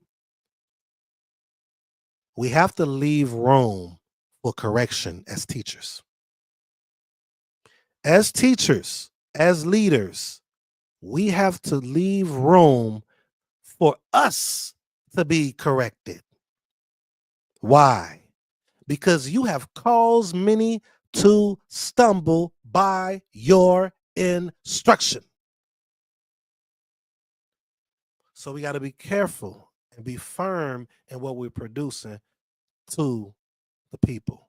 And if we're not fully sure, we need to express that to the people. We need to say, this is my opinion to the people. But the pillars is what we're going to stand firm on when we're delivering something to the people. Because a lot of stuff that we're teaching as leaders, old and in my time and before younger than me, is regurgitation. It's tradition. There's nothing wrong with tradition. But when you're establishing it as the word of the Most High, that's the problem. You're not leaving room for your growth. And now you're causing people to stumble, as it's saying here, by your instruction. You have corrupted the covenant of Lewi, says the Most High Yah of hosts, verse 8. Let's keep going. And so I make you despised and abased before all the people, inasmuch as you do not keep my ways, but show partiality in your instruction. What does that mean? You tell us what to do, but then you give leeway a little bit. That's one way to look at it. You tell us what to do, but you're not keeping the very thing you're teaching. Or you're teaching something that's not even in alignment with the thing that you should be teaching, as you do not keep my ways, as the Most High is saying. This is heavy, you all. This is heavy. All right?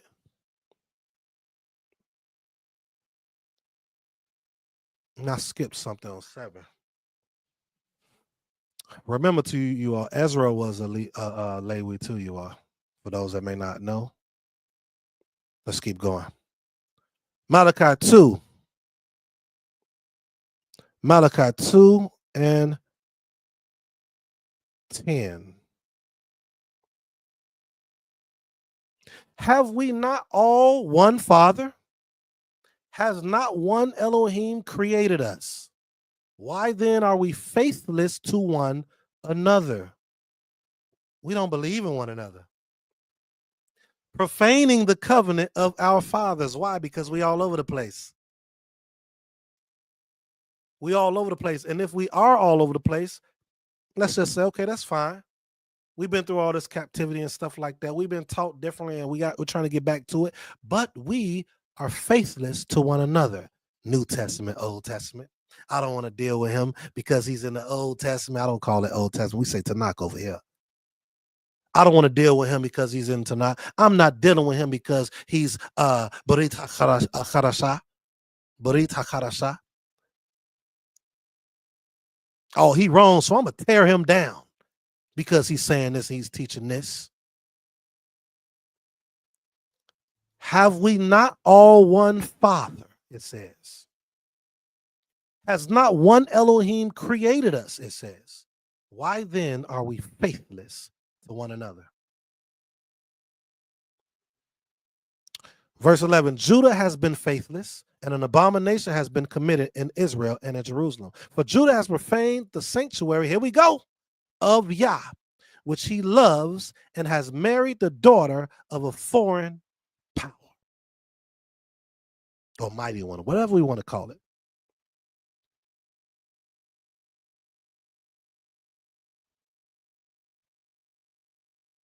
May Yah cut off from the tents of Jacob, any descendant of the man who does this, who brings an offering to Yah of hosts. Cut them off for bringing the offering that is not worthy. We got to be careful what we bring to the Most High, you all. We have to be careful what we bring to the Most High. Sometimes we're ignorant to it. But in your ignorance, always request to come before the Most High. Some of you weren't here in the beginning, but me and my Ishai, when we pray, Borenu Abinu Malakanu, Ani Mebekesh, Mebekesh, Mebekesh. I request In 2 Chronicles 7:14, when it says seek my face, is really saying request my face.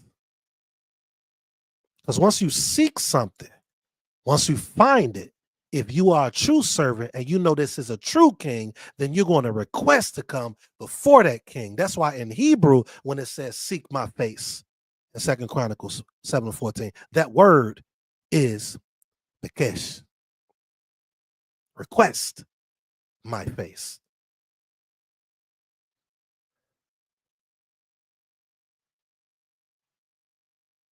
So he's going to cut off the descendant of the man who does this, who brings an offering to Yah of hosts. Our offering has to be thought out. The scripture tells us all the time to think things out. Circumcise your mind, heart, synonymous in Hebrew, thought. 13, and this second thing you do, you cover Yah's altar with tears, with weeping and groaning, because he is no longer regards the offering or accepts it with favor from your hand. At least these individuals was knowledgeable. They did it wrong, but they're crying like Shaul was. Saul was crying because he wanted to continue his legacy and be who he was, which was wrong. He could have just accepted a lot of things that happened to him may not have happened to him. Maybe he wouldn't have went crazy. And I say that respectfully because Shaul was king, so I'm not talking bad about him. But we got to take and learn from it. But it's saying these people, you cover Yah's altar with tears. This is the second thing that you do, with weeping and groaning, because he no longer regards the offering or accepts it with favor. He's not accepting what you're bringing, and you want him to, so you're crying. But at least they know that they're not bringing the right thing. But you say, why does he not?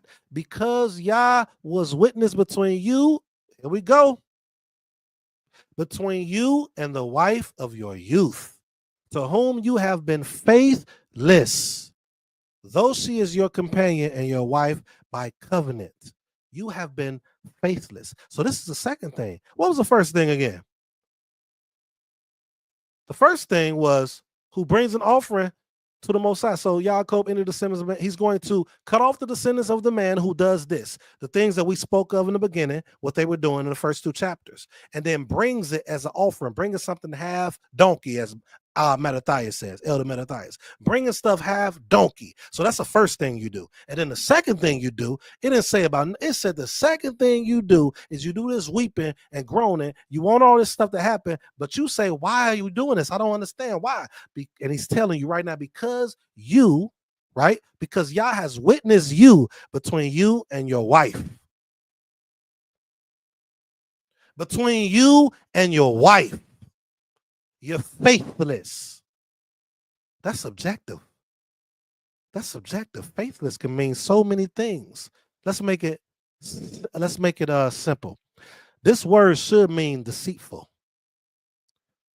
This word should means deceitful. Treacherously, right? Let's click on it though. It should mean deceitful.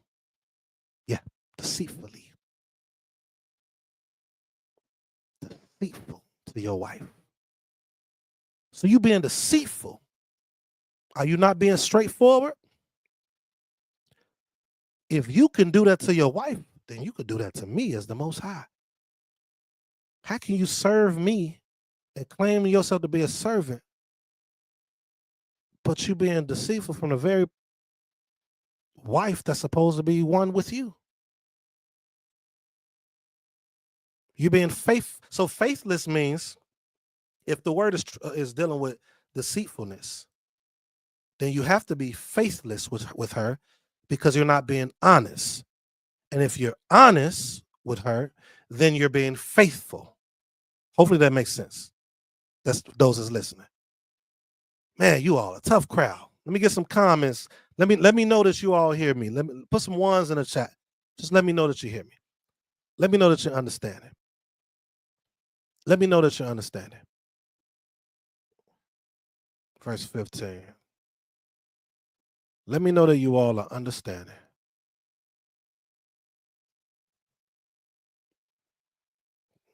Maybe you all aren't.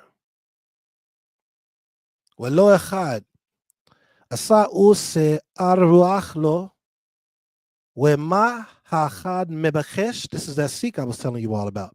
מבקש, right? מבקש, זרע אלוהים ונשמרתם רוחכם באשת, right? Woman of. So this is, it's really pointing to the fact that second portion is what the Most High is looking at. The Most High is looking at, how can you be this leader? You're allowing people to have donkey when serving me. You're allowing people to have donkey when serving me. And then you're supposed to be this leader, but you are faithless with your wife. I had a conversation a while back with some leaders, with some men that were leaders in Bnei Israel. And they was talking about a subject. And see, I don't debate. I done grew, all praise to the Most High. I don't debate anymore. And when I did debate, it was from the purpose of trying to get us to grow, to be balanced, to kind of see what I saw in what the Most High was saying for us to be like towards each other. But people just wanted to debate. So it was a time that took place where it was a subject being spoken about, and I kind of let that subject go. And it was asked to me in a sense like, well, you know, when you're ready, you'll be able to speak on this or debate on it. I said, I don't want to debate. I said, you have teachers, men out there that are teachers and great at teaching, but they're horrible as husbands. They're horrible as fathers.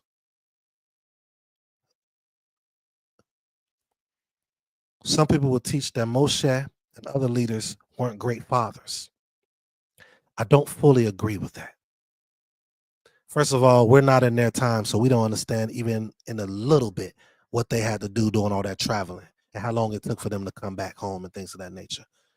So we need to be quiet. Older and younger people. That's me saying that respectfully, because you're not in their boat, you're not in their shoes. But what I did see when I studied Moshe is that he took his family with him. Moshe was horrible because, you know, this descendant became this. You can't control every descendant. That does not mean that you are not a good leader. All I saw is he took his family with him. There was a time when he removed them, but he took them with him.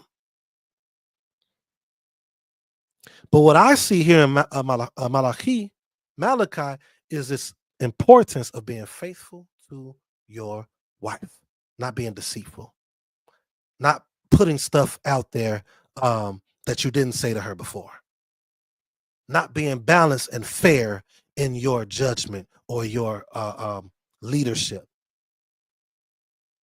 responsibilities.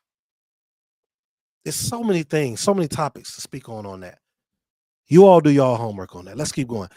Did he not make them one with a portion of the Spirit in their union? I don't like this translation. And what was the one Elohim seeking? Elohim offspring, a godly offspring, it says.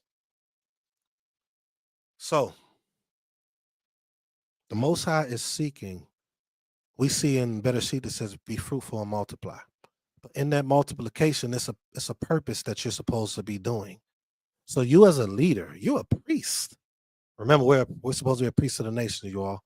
We are supposed to move a certain way, and we're supposed to produce I don't say this word, but I'm going to say it for the sake of what we're reading, a godly offspring. How can you produce a godly offspring? Train up a child in the way it should go and it will not depart, it says. But the problem is our consistency matters in our approach with them. And it starts before it gets to the children. It has to start with your wife. That doesn't mean it's always going to be successful. But the blueprint is here. And with that, the Most High will be pleased according to what we can read and what we can see. The Most High will be pleased with at least seeing that you are consistent in what was delivered for us to do. These leaders lost it. They lost what we were supposed to do. And the people after that began to lose it too. I do not take responsibility off of the people, by the way. If you are not in the office of leadership, you still have a responsibility. Chief Prince Evelyn, me and him had a platform, and it was one of the topics was toxic followership. We're probably going to talk about that on Love and Balance Talk Sessions. Toxic followership. If you ain't heard of that before, we will bring it out. Toxic followership. So it ain't just toxic leadership. It's toxic followership out there. Let's keep going. For the man who does not love his wife, for the man who does not love his wife, for the man who does not love his wife. Love is subjective. Yes, it is. We do have a different understanding. The love was probably a little bit different than it is today. Back then, I get it. But protection is very important. Doing your best to make sure she's spiritually fed. Doing your best to make sure that she's understanding of what the Most High has delivered for us to be as a people and do as a people, and put her in position to do what she's supposed to do, because she's supposed to do something too. For the man who does not love his wife but divorces her, says Yah, the Elohim of Israel, covers his garment with violence. You're covering yourself with blood. Death in some capacity is going to come on you, spiritually or physically. You covers his garment with violence, says the Most High. So guard yourselves in your spirit and do not be deceitful or faithless to her. Why? Because your ministry is successful based on her too. We like to talk about the men, the prophets of old, all the time, but we never talk about the chance, which I know is that it's true, that their wives was instrumental in their ministry in some capacity. Instrumental. Y'all remember Moshe was going to get killed if it wasn't for his wife? Instrumental. We do know that bad wives is instrumental too, so you better pick the right one. Same thing goes with the women. You better pick the right man. Let's keep going. Last verse. You have wearied the Most High with your words. Oh my goodness. Hold on. You have worried. You have to be exhausted. This word. Let's go to it. You have wearied. Yaga. Right? To be exhausted, I'm sure it means. Whereas I can't get to it. It's to be, you exhaust, here it is. Hence to be exhausted. To tire. So you have exhausted me with your words. Your words mean nothing at this point. Your prayers mean nothing at this point. If we don't change our mindset and how we treat each other, y'all, our words means nothing. This doesn't mean you got to be lovey-dovey and best friends and all that, but you still have to treat each other a certain way, especially man and woman.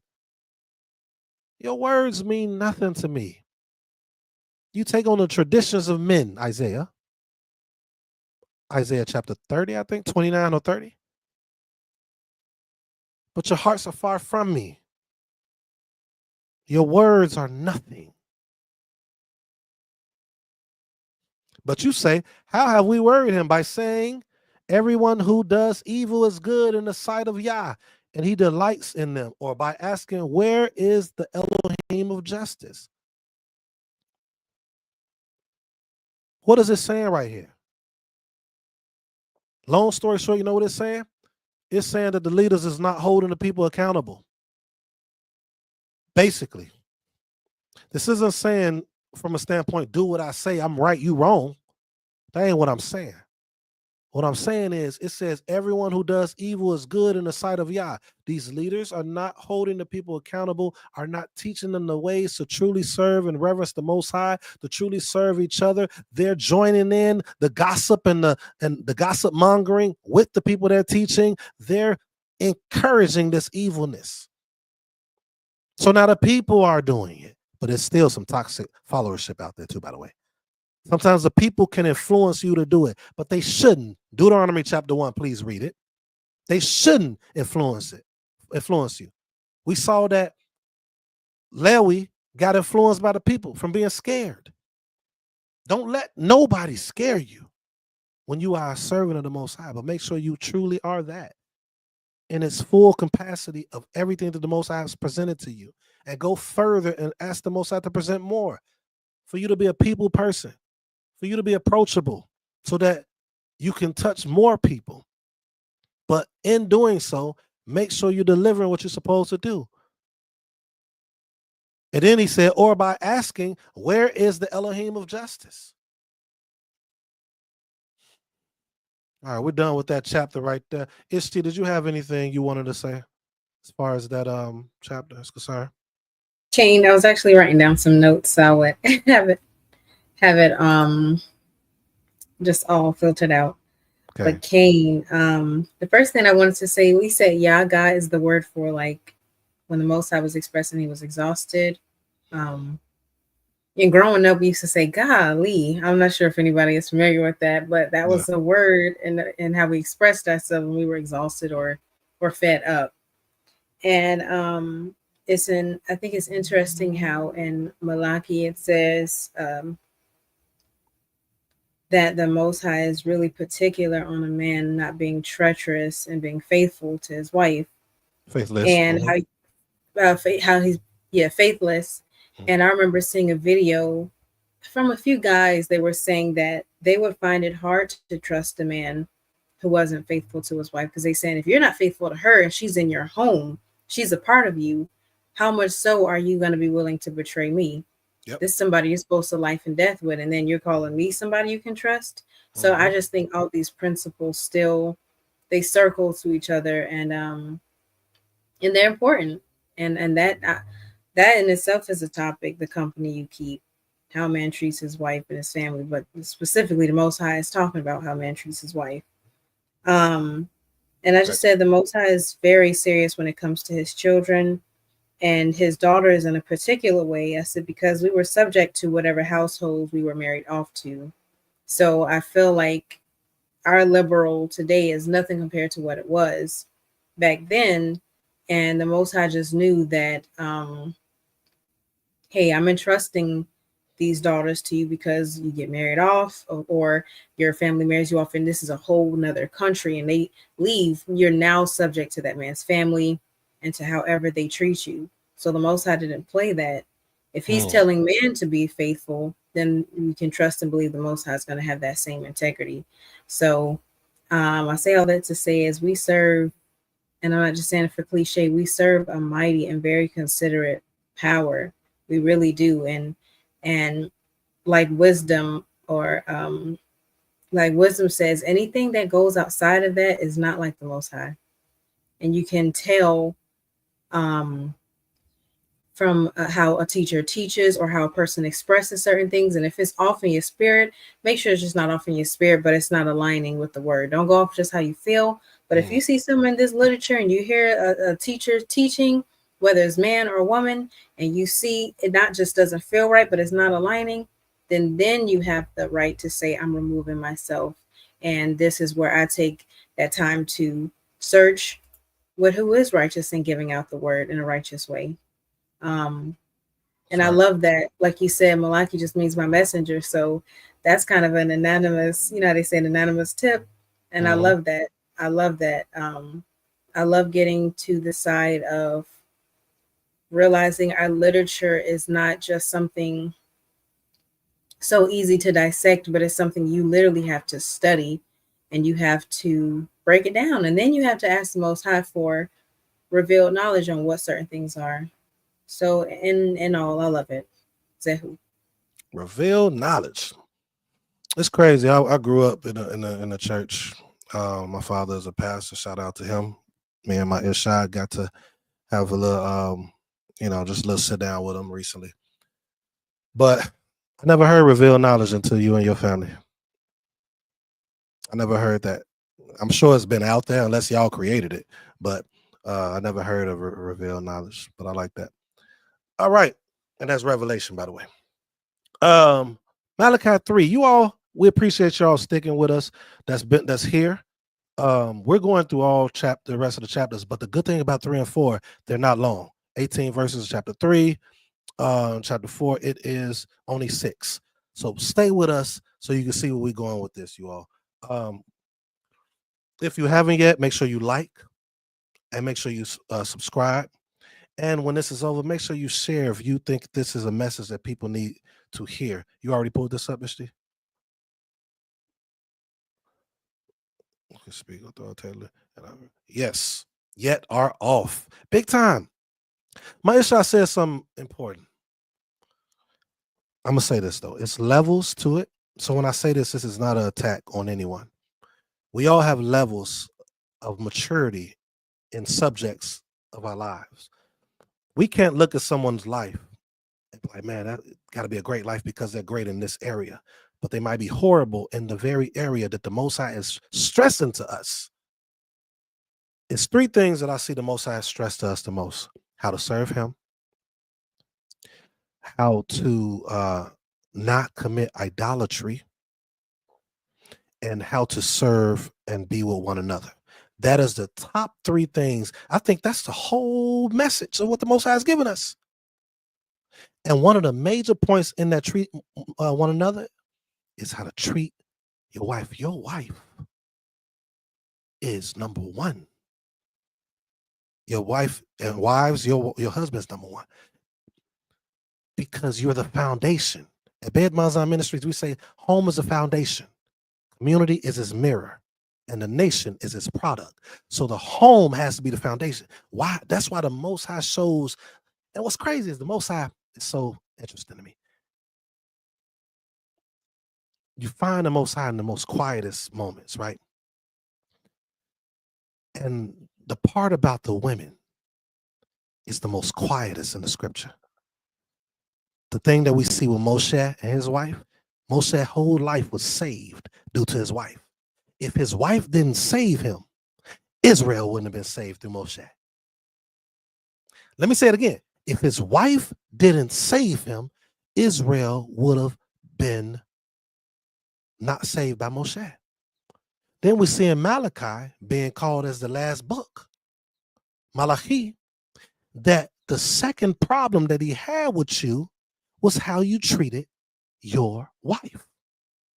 Oh yeah, we know that David was loving Jonathan and all that. We know brotherhood and sisterhood, but that does not trump your house. I don't care what no teacher teaches. Number 1, Bereshit chapter 1, I believe it is, or 2. I don't think it's 3. It says a man cleave to your who? Cleave to your brother. Woman that told you you're supposed to be cleaved to who? Your sister. Matter of fact, it brought a major thing in that verse. It brought both of you and it brought your parents. It brought both of you and it brought your parents outside of the Most High. It said you are to leave your parents and cleave to each other. So the number 1 thing that is supposed to be number 1 to you, it told you to go away from. Not leave them. Of course, your parents got to be in your life and get wisdom and stuff from them. But it told you that. It told you to leave the very thing that it told you not to disobey in the 10 Commandments. And you mean to tell me that it's things that's over your spouse outside of the Most High? No. So I love what she said, that it has to connect everything. rightfully dividing what it is, you have to look at every subject and go deeply in it to get an understanding. We can't pick just what we like and what we think will save us. We got to pick all the things that the Most High has presented to us that has showed us that will save us for a fact, not what we think. Let's keep going. It is literally a few verses we're going to go over, chapter 3 and chapter 4. I appreciate y'all tuning in. Even though you all are not really talking, but it's okay. We love you anyway. Let's go chapter 3. Let me share the screen. And we do got something to share with you all after this. So please stay tuned so you can see what we're going to share with you. Here we go. Chapter 3. Behold, I send my messenger, and he will prepare the way before me. And Yah, whom you seek, will suddenly come to his temple. And the messenger of the covenant in whom you delight, behold, he is coming, says Yah. Let me see something real quick, because I didn't look this word up. I want to see something. Is it still going to be Mebekesh? Bakash, like I told you all, right? See how it says to strive after, to ask, to beg, right? Seek my face, beg, request. Not just seek, not looking up word, not praying, seek. So it says right here, and it says, and Yah whom you seek, who you request. You come before this king, you request to be before him. In whatever way that is for you. So that means everyone is not going to be doing this, by the way. It says, whom you seek will suddenly come to his temple, and the messenger of the covenant in whom you delight, behold, he is coming, says Yah of hosts. But who can endure the day of his coming? Who can stand with when he appears? For he is like a refiner's fire and like fuller's soap. I might be saying that wrong. Forgive me. He will sit and as a refiner and purifier of silver, and he will purify the sons of Lewi and refine them like gold and silver. To purify, you got to remove some things. Everything is not going to stay there and remain. You got to remove some things in order to be purified, because you might be amongst things that is causing your purification process to be at a standstill.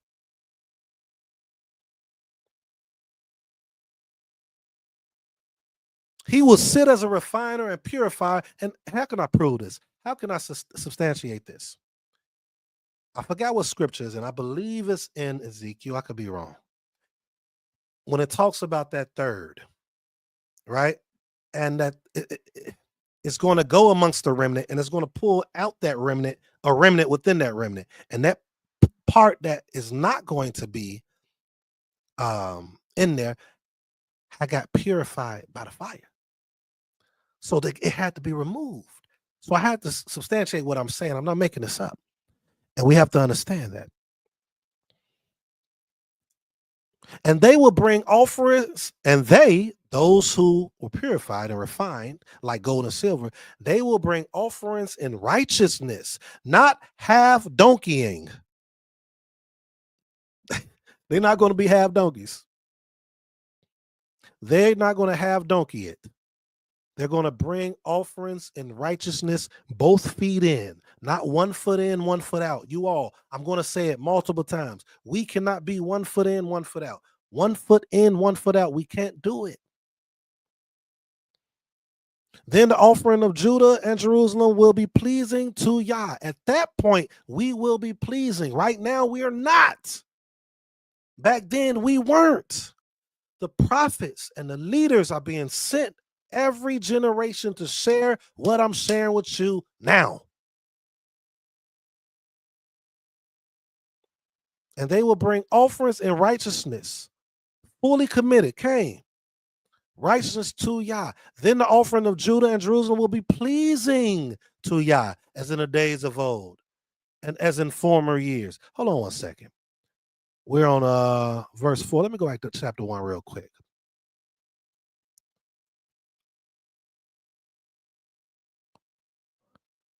Where am I looking for? It may be chapter 4. Okay, we're not there yet. All right, what verse I said I was on? SG. Verse 4. All right, verse 5. Then I will draw near to you for judgment. I will be a swift witness against the sorcerers, against the adulterers, against those who swear falsely. Oh my goodness, y'all. How many of us swearing falsely? How many of y'all some liars? How many of us some liars? Tale bearers. Well, tale bearing. Yeah, tale bearers. How many of us are doing this stuff? Who swear falsely against those who oppress the hired worker in his wages? How many of us are manipulatively, I made that word up, I think, I don't know, using people, oppressing them in wages? How many of us are taking advantage of the widow and the fatherless, only using them as another number to our congregation and could care less about them, not truly being there for them? Monetarily don't mean you just there for them. You could give a hype $500. Most I changed their mindset, by the way. You could give a hype $500 and they can blow that $500 away that do more harm to them than sitting there for 500 hours. It's a lot of hours, right? And helping them change their mindset.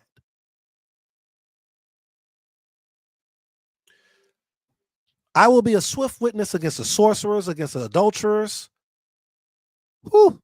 against the adulterers, against those who swear falsely, against those who oppress the hired worker in his wages, the widow, the fatherless, against those who thrust aside the sojourner, against those who thrust aside the sojourner, against those who thrust aside the sojourner, and do not fear me, says Yah of hosts. I want to say something for those that are just tuning in right now. Please make sure that you like, make sure you share, make sure that you comment, and make sure if you're just coming in that you go back and watch the whole thing. Shabbat shalom. Shabbat shalom. But who thrust aside the sojourner. So look, I know there are different schools of thoughts of what sojourner is, and I'm not going to go into that. But whatever sojourner is to you, it's telling you that you thrust aside the sojourner. It's telling us that we thrust aside the sojourner. Whatever sojourner you think it is, because our focus is to help change your mindset, get you closer to the Most High on how to deal with our people. That's my focus. You're not going to see me talk about a lot of doctrine that I can, trust me. But those things is not causing us to be closer to the Most High. It's causing us to hate one another more. So I'm going to be, in my Ishaq, we're going to be bringing forth things that is nurturing for our spirit and can bring us closer to Most High first and to each other. So I'm not going to talk about a lot of topics. Now, if you want to email me and go into other stuff, houseofbalance12@gmail.com. Maybe I'll tackle some of the subjects. Forgive me. All right, let's keep going. Here we go. Verse 6. For I, Yah, do not change. This is the part I wanted to bring out. For I, Yah, do not change. This is a doctrine people say. Most High don't change. But if you remember, the Most High said that he wanted the firstborn of all the first sons. But then he didn't want them no more. No, I'm sorry. Was it the animals first? Yeah, it was the firstborn and the animals. And then he said he don't want that. He just want Lewi. That's a change, y'all. So what is the change that he's talking about? For I, Yah, do not change. Therefore, you, O children of Yaakov, are not consumed. I did not change because of the covenant that I made with your forefathers. I have not did away with you. I have not destroyed you for all of the very things that we just read right here. This is what we should have been thrown away for. But the reason we weren't thrown away from all of this is because he does not change for the very thing he made with our fathers. Let's read verse 7. That's what change means. His character and the integrity that he had for the word that he gave. He stand firm on his integrity of what he gave to our forefathers, what he said, the covenant he made. That's what he does not change, which he could have if he wanted to, because of what we keep doing to ourselves. Matter of fact, first to his before his face, to our wives, and to ourselves. You don't remember what I'm talking about? If you don't know what I'm talking about with the wives part, go back to chapter 2. It says, from the days of your fathers, you have turned aside from my statutes and have not kept them. Return to me, and I will return to you, says Yah of hosts. But you say, how shall we return? Before I go to the next verse, read verse 7. It says, from the days of your fathers, you have turned aside from my statutes. This is not everyone. When people teach this, it rubs me wrong. When Christians teach this, it rubs me wrong. When our people, B'nai Yisrael, teach this, it rubs me wrong. Everyone was not this way. If it was everyone, then the Most High, according to our literature, will be a liar. And I would never call the Most High a liar. Most High called people Tamim, perfect, blameless. The Most High sent the very prophets. And some of these prophets were so humble that they put themselves in the mix and called them the same thing that the other people were, when they weren't that. But they were humble. They were humble.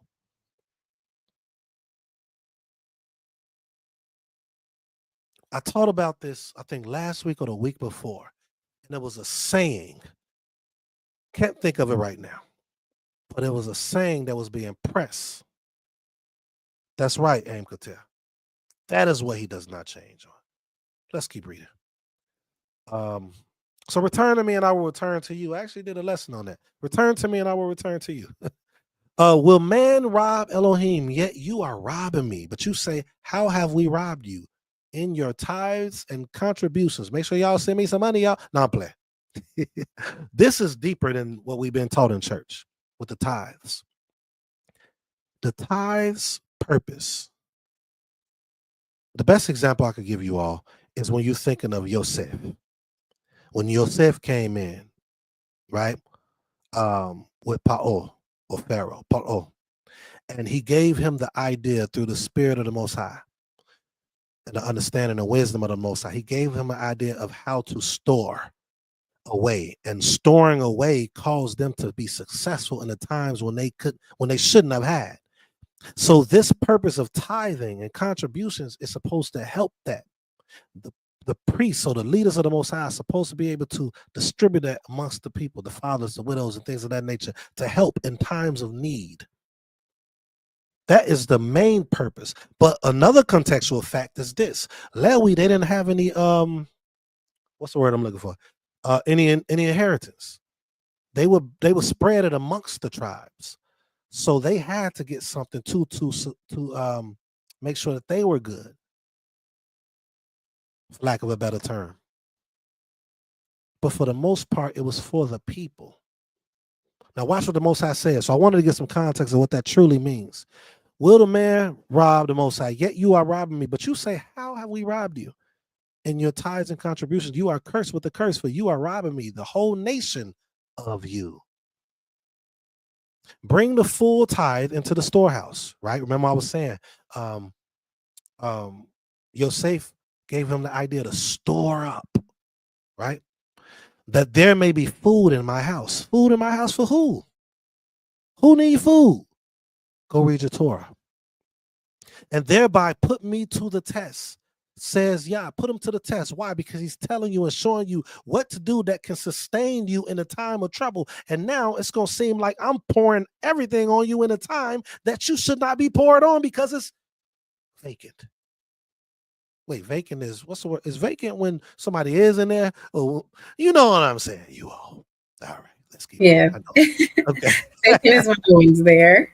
All right, so you know the opposite of that. Here we go. And thereby put me to the test, says Yah of hosts, if I will not open the windows of heaven for you and pour down for you a blessing until there is no more need. He's talking to Lewi. So this is not just some magical thing. Now, granted, we don't put the Most High in a box. Most High will bless you for blessing the men, women of the Most High, or blessing others. But contextually, this is talking about these things are needed to store up so they could be a benefit to the people. because Jeremiah teaches that the leaders were not a benefit to the people.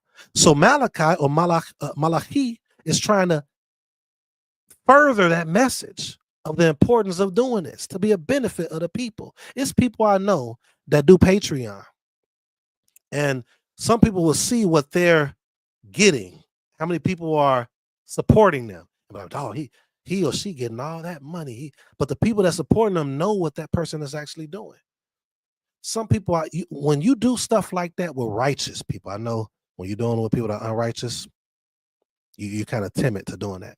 But they're able to help people that might be down in their rent, might not have no food. I know one person specifically that does it. And I pray that the Most High keeps him on the path of righteousness. And if he's failing, to get him back in that position. Not saying he is, I'm just saying, so that he could continue to be a benefit for the people with those, through those that are supporting him. But this is not what this is about. Contextually, that's what it's saying. Okay? I will rebuke the devourer for you, so that it will not destroy the fruits of your soil, and your vine in the field shall not fail to bear, says Yah of hosts. For those that's tuning in right now, I want to make sure I say this. Shalom, shalom to Sah Yosef. For those just coming in, make sure you watch the whole thing, right? The burdened word of the Most High. Make sure you watch the whole thing from the beginning when this is over. All right, let's keep going. Then all the nations will call you blessed, for you will be a land of delight, says Yah. How can I make this make sense? Sometimes you got to go through the scripture and just bring stuff out for understanding purposes. We read Malachi sometimes and we just think it's like, give this past the tithes and then you're going to be blessed. No, it has to be a purpose. He just said, then all nations will call you blessed, for you will be a land of delight. What was another land of delight? The story of Yosef and Paro or Pharaoh. They were a land of delight because of all that they stored up. They charged a certain percentage for people, right? And that percentage caused those people to thrive in those 7 years that was harming them or would have harmed them. And those neighboring cultures around was going to Mizraim due to that, or Mizraim due to that. So that's the same context here in Malachi 3. So if you're robbing the Most High, that means you're not helping your people. You are a benefit and a help to your people. If you're not able to do it, be that for someone that is able to do it. Then all nations will call you blessed. All right.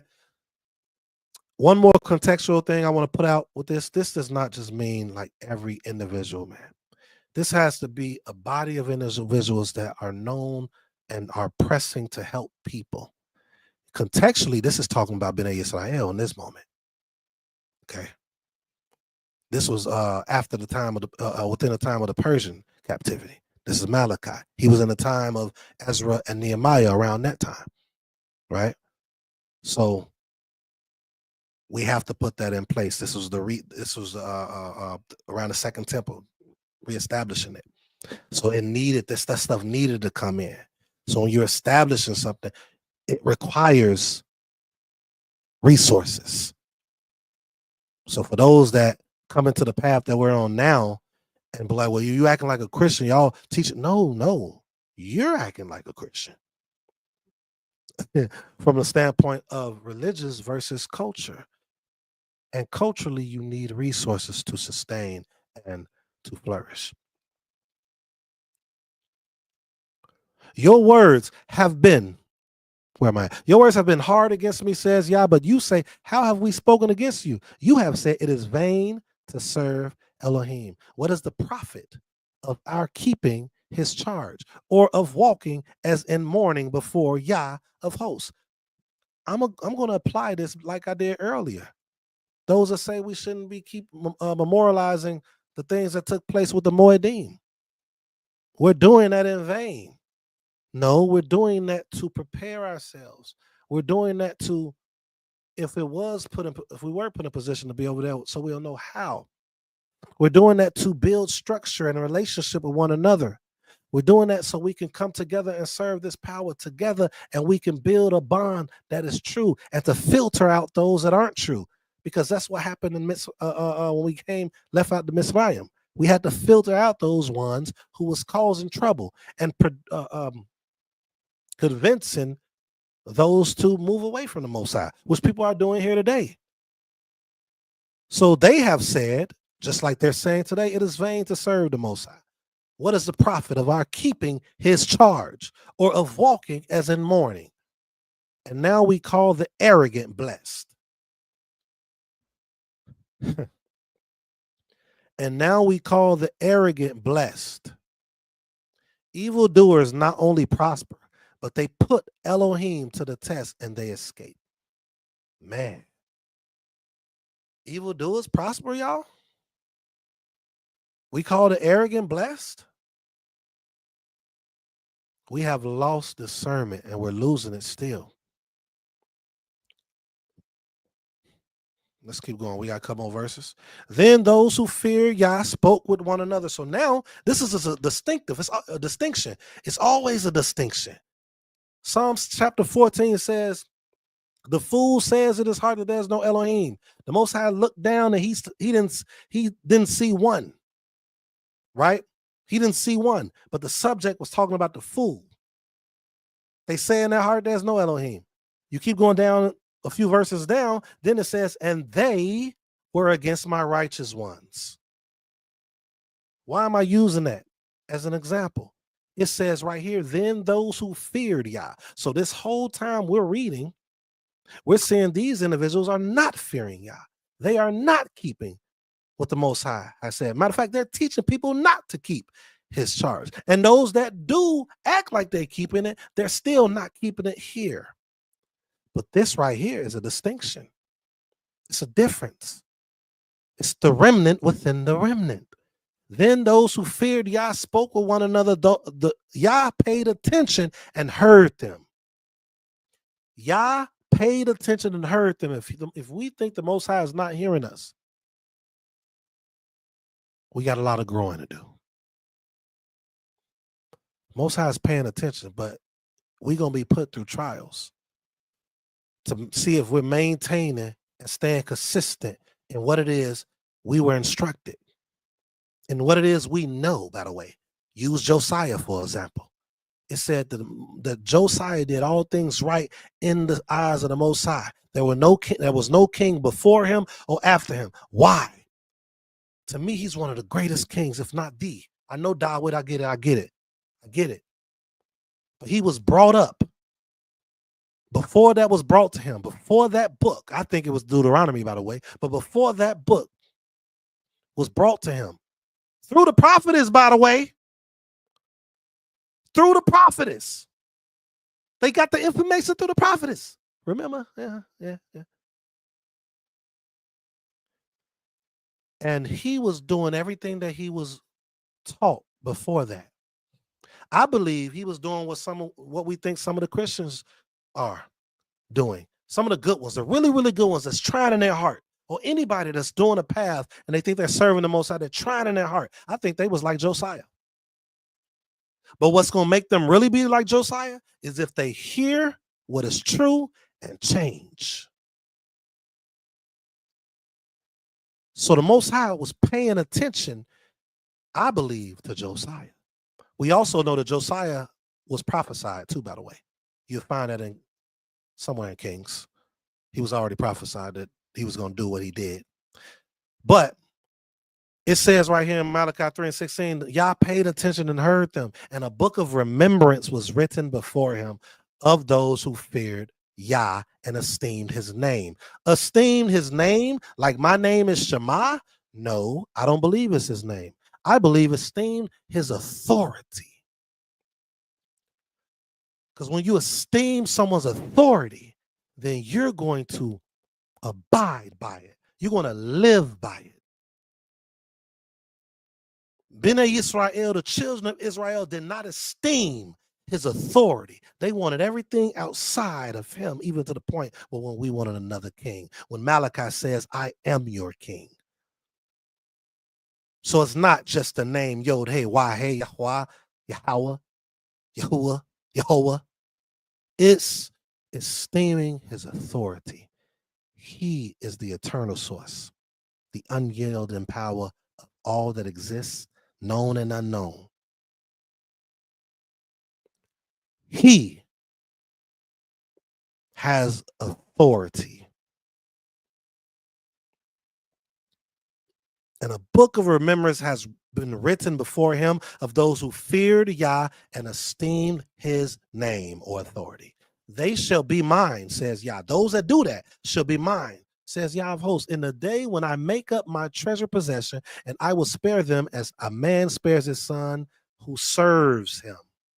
As a man spares his son who serves him. Man, that's weird. Your son serving you? Well, I mean, yeah. Shoot. When they was born, we got to serve them. When a child is born, it's like we serving them. Be honest, y'all, that's tuning in. You change the diapers. As soon as that baby cry, you got to go. So now it's your turn to serve me. And serve me in righteousness, because I want you to serve the Most High. If you could serve me in righteousness, you could serve the Most High in righteousness. If you can't serve me in righteousness, you cannot serve the Most High in righteousness. It said that Shemuel did not know of the Most High. We know that the Most High, as far as knowing him, that means he didn't really get spoken to. But he was serving, ministering in front of the Most High, but for Eli. So since he was serving Eli so perfectly, his name became great. He was consistent. So that means you could serve me. And Shemuel probably was the greatest prophet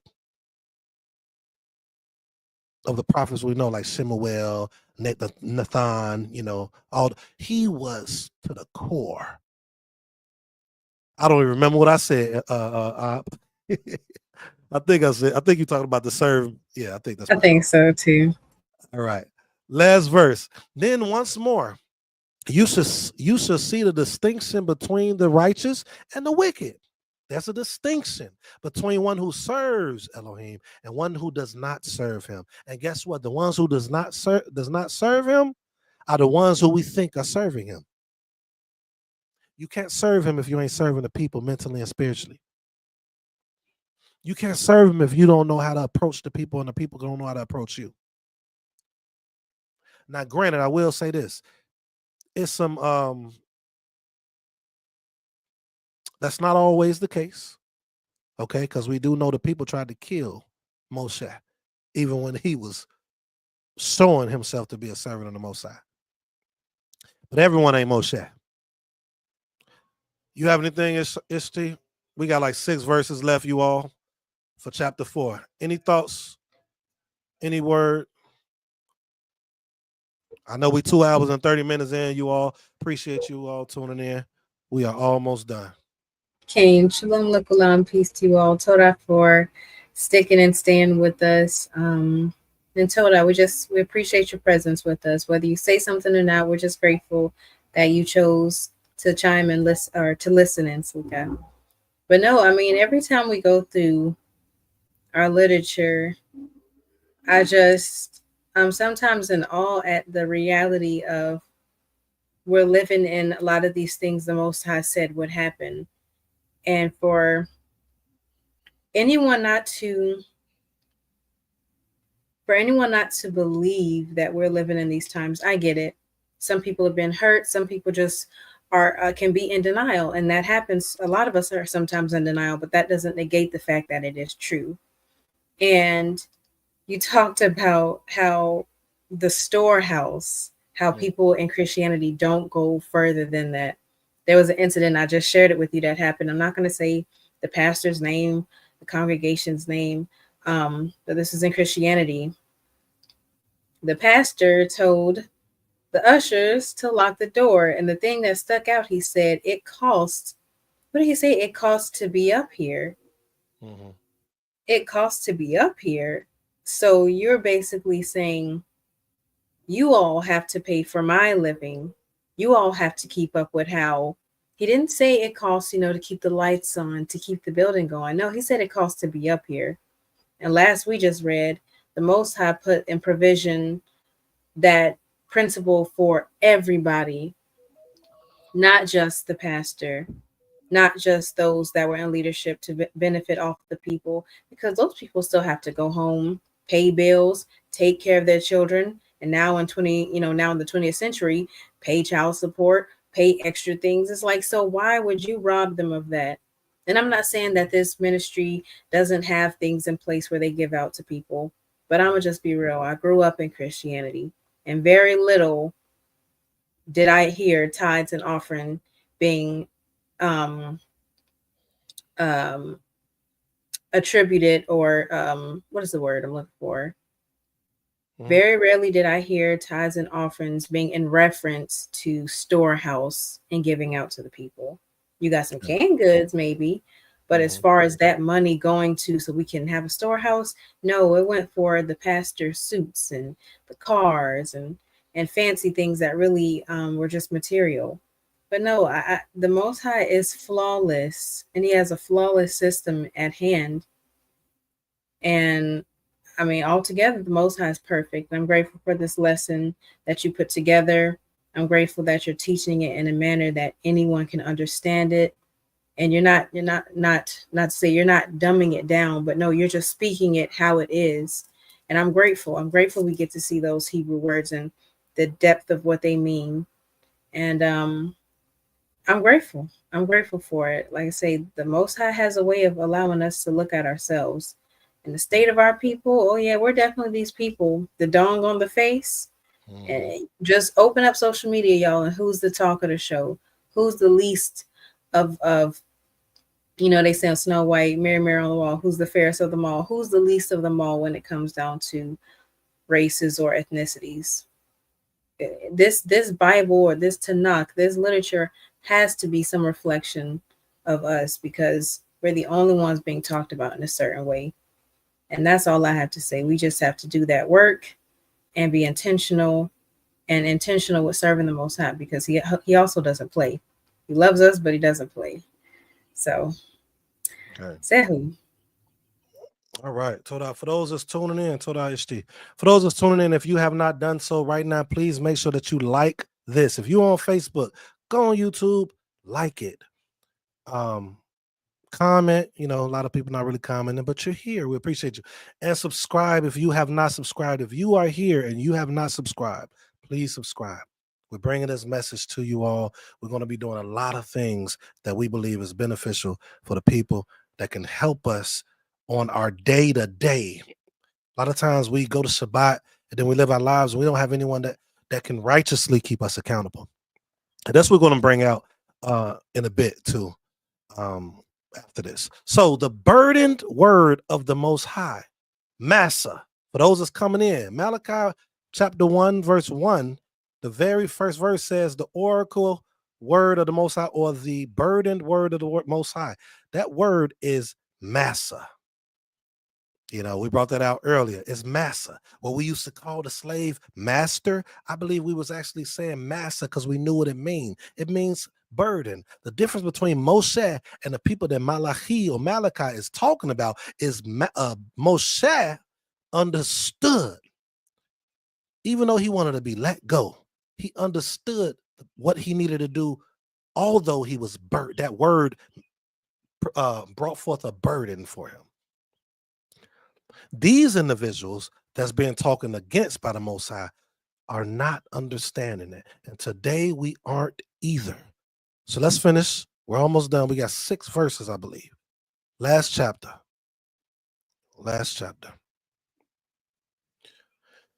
All right.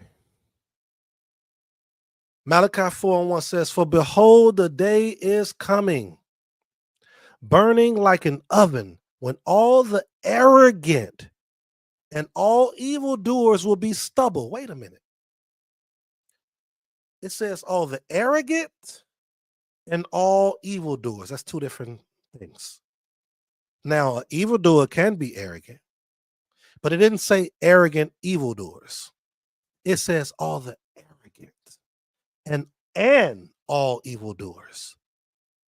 Focus on not being arrogant, leaders out there. If you are not in a leading office, focus on not being arrogant. There's a difference in being arrogant and having pride. I have pride for my people. I have pride for my family. I have pride for the Most High and the things that the Most High put in place. But being arrogant is a little different. The day that is coming shall set them ablaze, says Yahweh hosts, so that it will leave them neither root nor branch. But for you who fear my authority, I'm throwing authority in there. I know it's shame. I know it's shame, but I'm throwing authority. The Son of Righteousness shall rise with healing in his wings. You shall go out leaping like cows from the stall, and you shall tread down the wicked, for they will be ashes under the soles of your feet. On the day when I act, says Yahweh hosts, remember the law of my servant Moses. Let me click on something. Ah, my slave, Ebed, servant, but he was a slave. Remember the law of my servant Moshe, the statutes and the rules that I commanded him at Horeb for all Yisrael. The reason it's calling him Erebib is because a servant does all that his master says. He may have a slip up once, but most times you're going to see him or her do everything that master says. So that's why they call him that. It says, the statutes and rules that I commanded him at Horeb for all Israel. Behold, I will send you Elijah, or Eliyahu the prophet, before the great and awesome day of Yah comes. And he will return the hearts of the fathers to their children, and the hearts of the children to their fathers, lest I come and strike the land with a decree of utter destruction. We're going to end there. We're going to end there. The burden word of the Most High. The best example that we had was in Numbers chapter 11. And we saw that this burden, a true leader was able to come before the Most High and humbly say that he needed help. He didn't think, he wasn't arrogant. He wasn't, I'm the top person in charge. He wasn't none of that stuff. He was humble.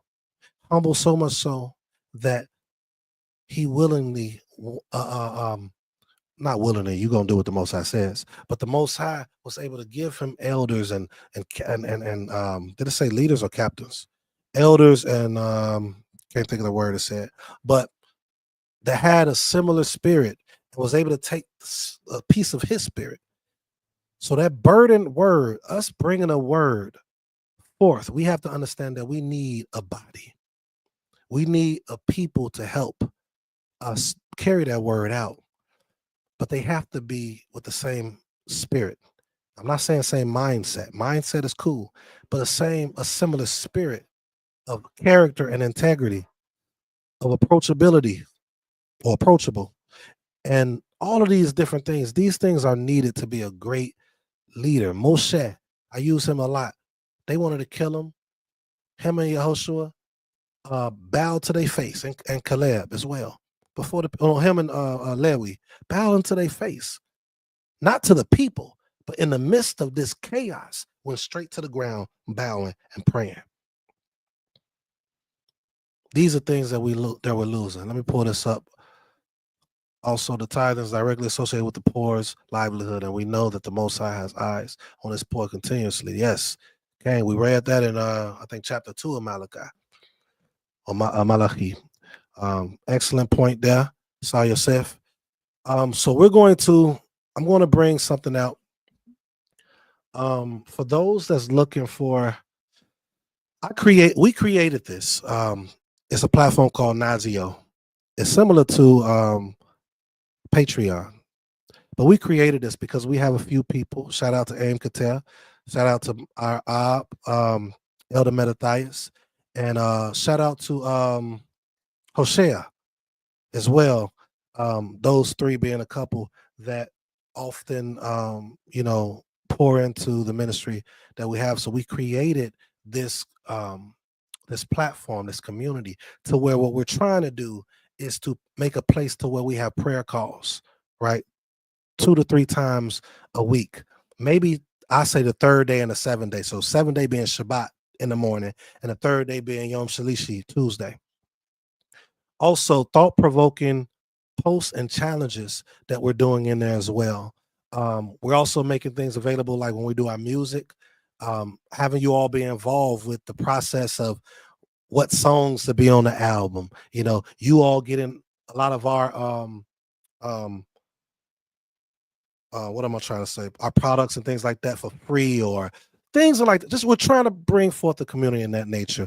Mentorship, you know, so if you have children or teenagers, or even mentorship if you're older, uh, just conversation daily, because what we're missing in our community, and a lot of us are moving on our own, is that constant integrity, um, and that reinforcement of just being there for one another. So we formed this on Nazio. I'm sure I missed a lot of other things too, that we're going to be doing, because I'm kind of tired in my voice. Forgive me, you all. But the link right here is Nazio. Let me bring it up. And I'm going to do a closing scripture too after this, you all. Nazio House of Balance 12. If you just take this right here, what it does is it's going to allow you to come on there for 14 days. It is $20. And we did that, like I said, for those 4 people I mentioned, plus a couple more, and make it to where now they're getting more than what they're giving. That's what we're hoping. It just depends on how they look at it. And this allows you to come into the community. And if you don't want to be a part of it, you don't have to. You can leave.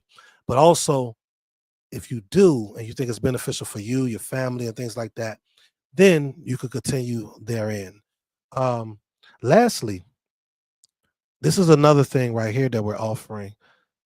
I'm going to bring it up right now. So in our community, I put a video up on Facebook concerning this, and we have a lot of people that's, you know, trying to do like Lashwan Kadash, modern biblical Hebrew and speech, but they're not doing it from a being able to speak it conversationally, everyday speech. We may say a prayer, we may do a greeting, but we're stopping there. And a lot of things too, reasons we're stopping is, okay, well, you're doing the Aramaic block script. I don't want to do that. I'm going to do Paleo script. Well, one of the things we're trying to teach people is the script is a script. You can literally, and I said this in the video, you can literally use any language. Spanish can use Paleo script to convey their message. When Paleo script was around, there were multiple ethnic group or language groups around it that used the same script. Just like when we do English right here, English is the language, but Latin is the script. 15 other groups of speaking other languages use Latin script. Spanish people use Latin script. Same thing with Hebrew. Hebrew uses Aramaic block script in the Tanakh. Aramaic uses the Aramaic block script, and Yiddish use the Aramaic block script. So what we're trying to do is give people the knowledge that they're not understanding. But in our classes, this is conversational Hebrew. My Isha is going to be teaching 6-year-olds to 12-year-olds, 30-minute classes on Sundays and Tuesdays. And this class is only $5 per class. All right.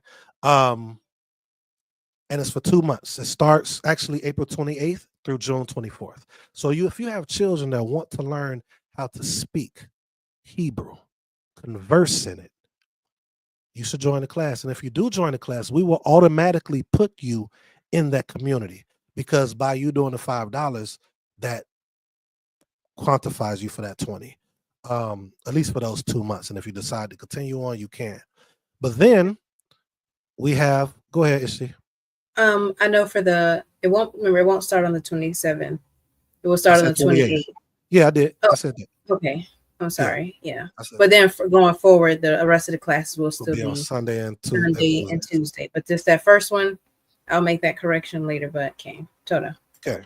And then for this one, this is going to be the start April 28th through the 25th. This is for more so the adults. But it started at age 13 and up.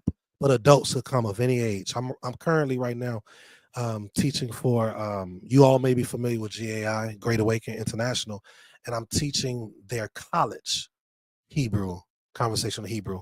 And if any of the students was present right now, they're loving it. You'll be able to learn how to speak the first day, conversing and forming your own sentences. And that's what we're trying to do. So if you join this one, 50-minute classes, And this will be on Monday and Wednesdays, starting April 28th.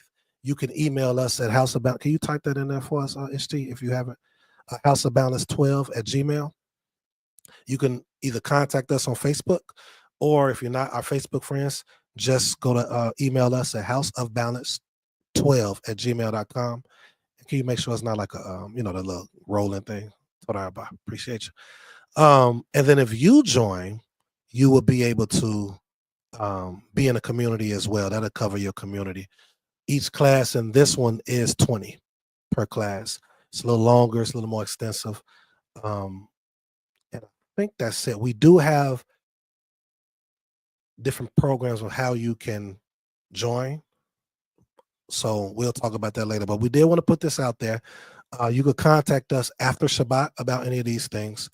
But we appreciate you all tuning in. We're just trying to be a blessing to our community and get our language in there, provoke our thought, change our mindset, bring us closer to the Most High and things of that nature.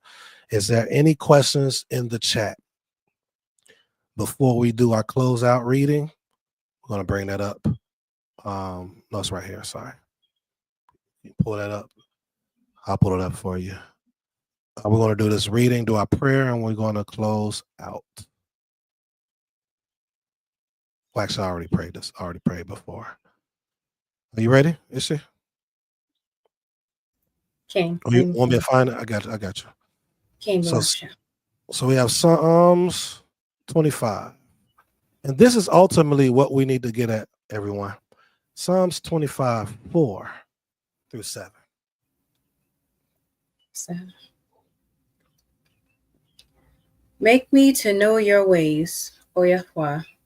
Teach me your paths. Lead me in your truth and teach me, for you are Elohim of my salvation. For you I wait all the day long. Remember your mercy, O Yahweh, and your steadfast love, for they have been from old. Remember not the sins of my youth or my transgressions. According to your steadfast love, remember me, for the sake of your goodness, O Yahweh. Hallelujah. Hallelujah. Make us to know your truth and your ways. There's a lot of truth out here today. The so-called Bnei Yisrael, Christians, whatever we might be. It's a lot of truth. It's a lot of ways, but we should be focusing on trying to get the Most High's truth and the Most High's way. And with that, we yield. We appreciate you all. I think we said everything we need to say. We're going to close out, and no problem. Sorry, Yosef. Much my apology for chiming in so late. I was on another call. I already know you're doing the work. I know you're doing the work. Great thing about it is this is saved. So if y'all want to check it out from the beginning, you got it. But without further ado, I want to go ahead. I believe in Numbers chapter 6, you all. It tells us and it shows us how we should greet each other. And well, not greet each other when we're leaving, what we should say. It's about 4 verses, but the first verse is what I normally teach. And I'm going to teach it to you all right now. All right.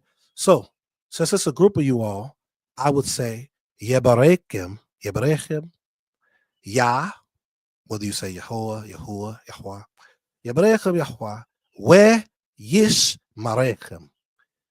If you want to say it to one brother, Yebarecha, Yahweh, we Yish Marecha. If you want to say it to one female, Yebarech, Yahweh, we Yish Marech. If you want to say it to all women, Yebrechen, Yahweh, or Yeshmerechen, you're basically saying, Most High, bless and guard you. May the Most High bless and guard you all. I pray that He builds you, strengthens your spirit, strengthen your mind, and do the things and the will of the Most High you all. Shalom.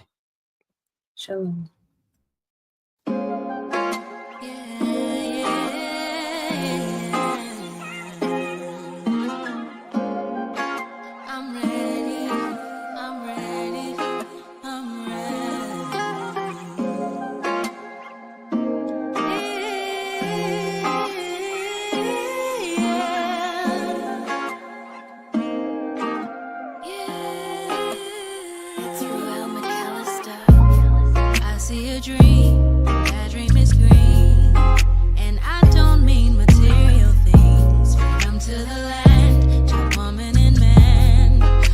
we take up for what we stand.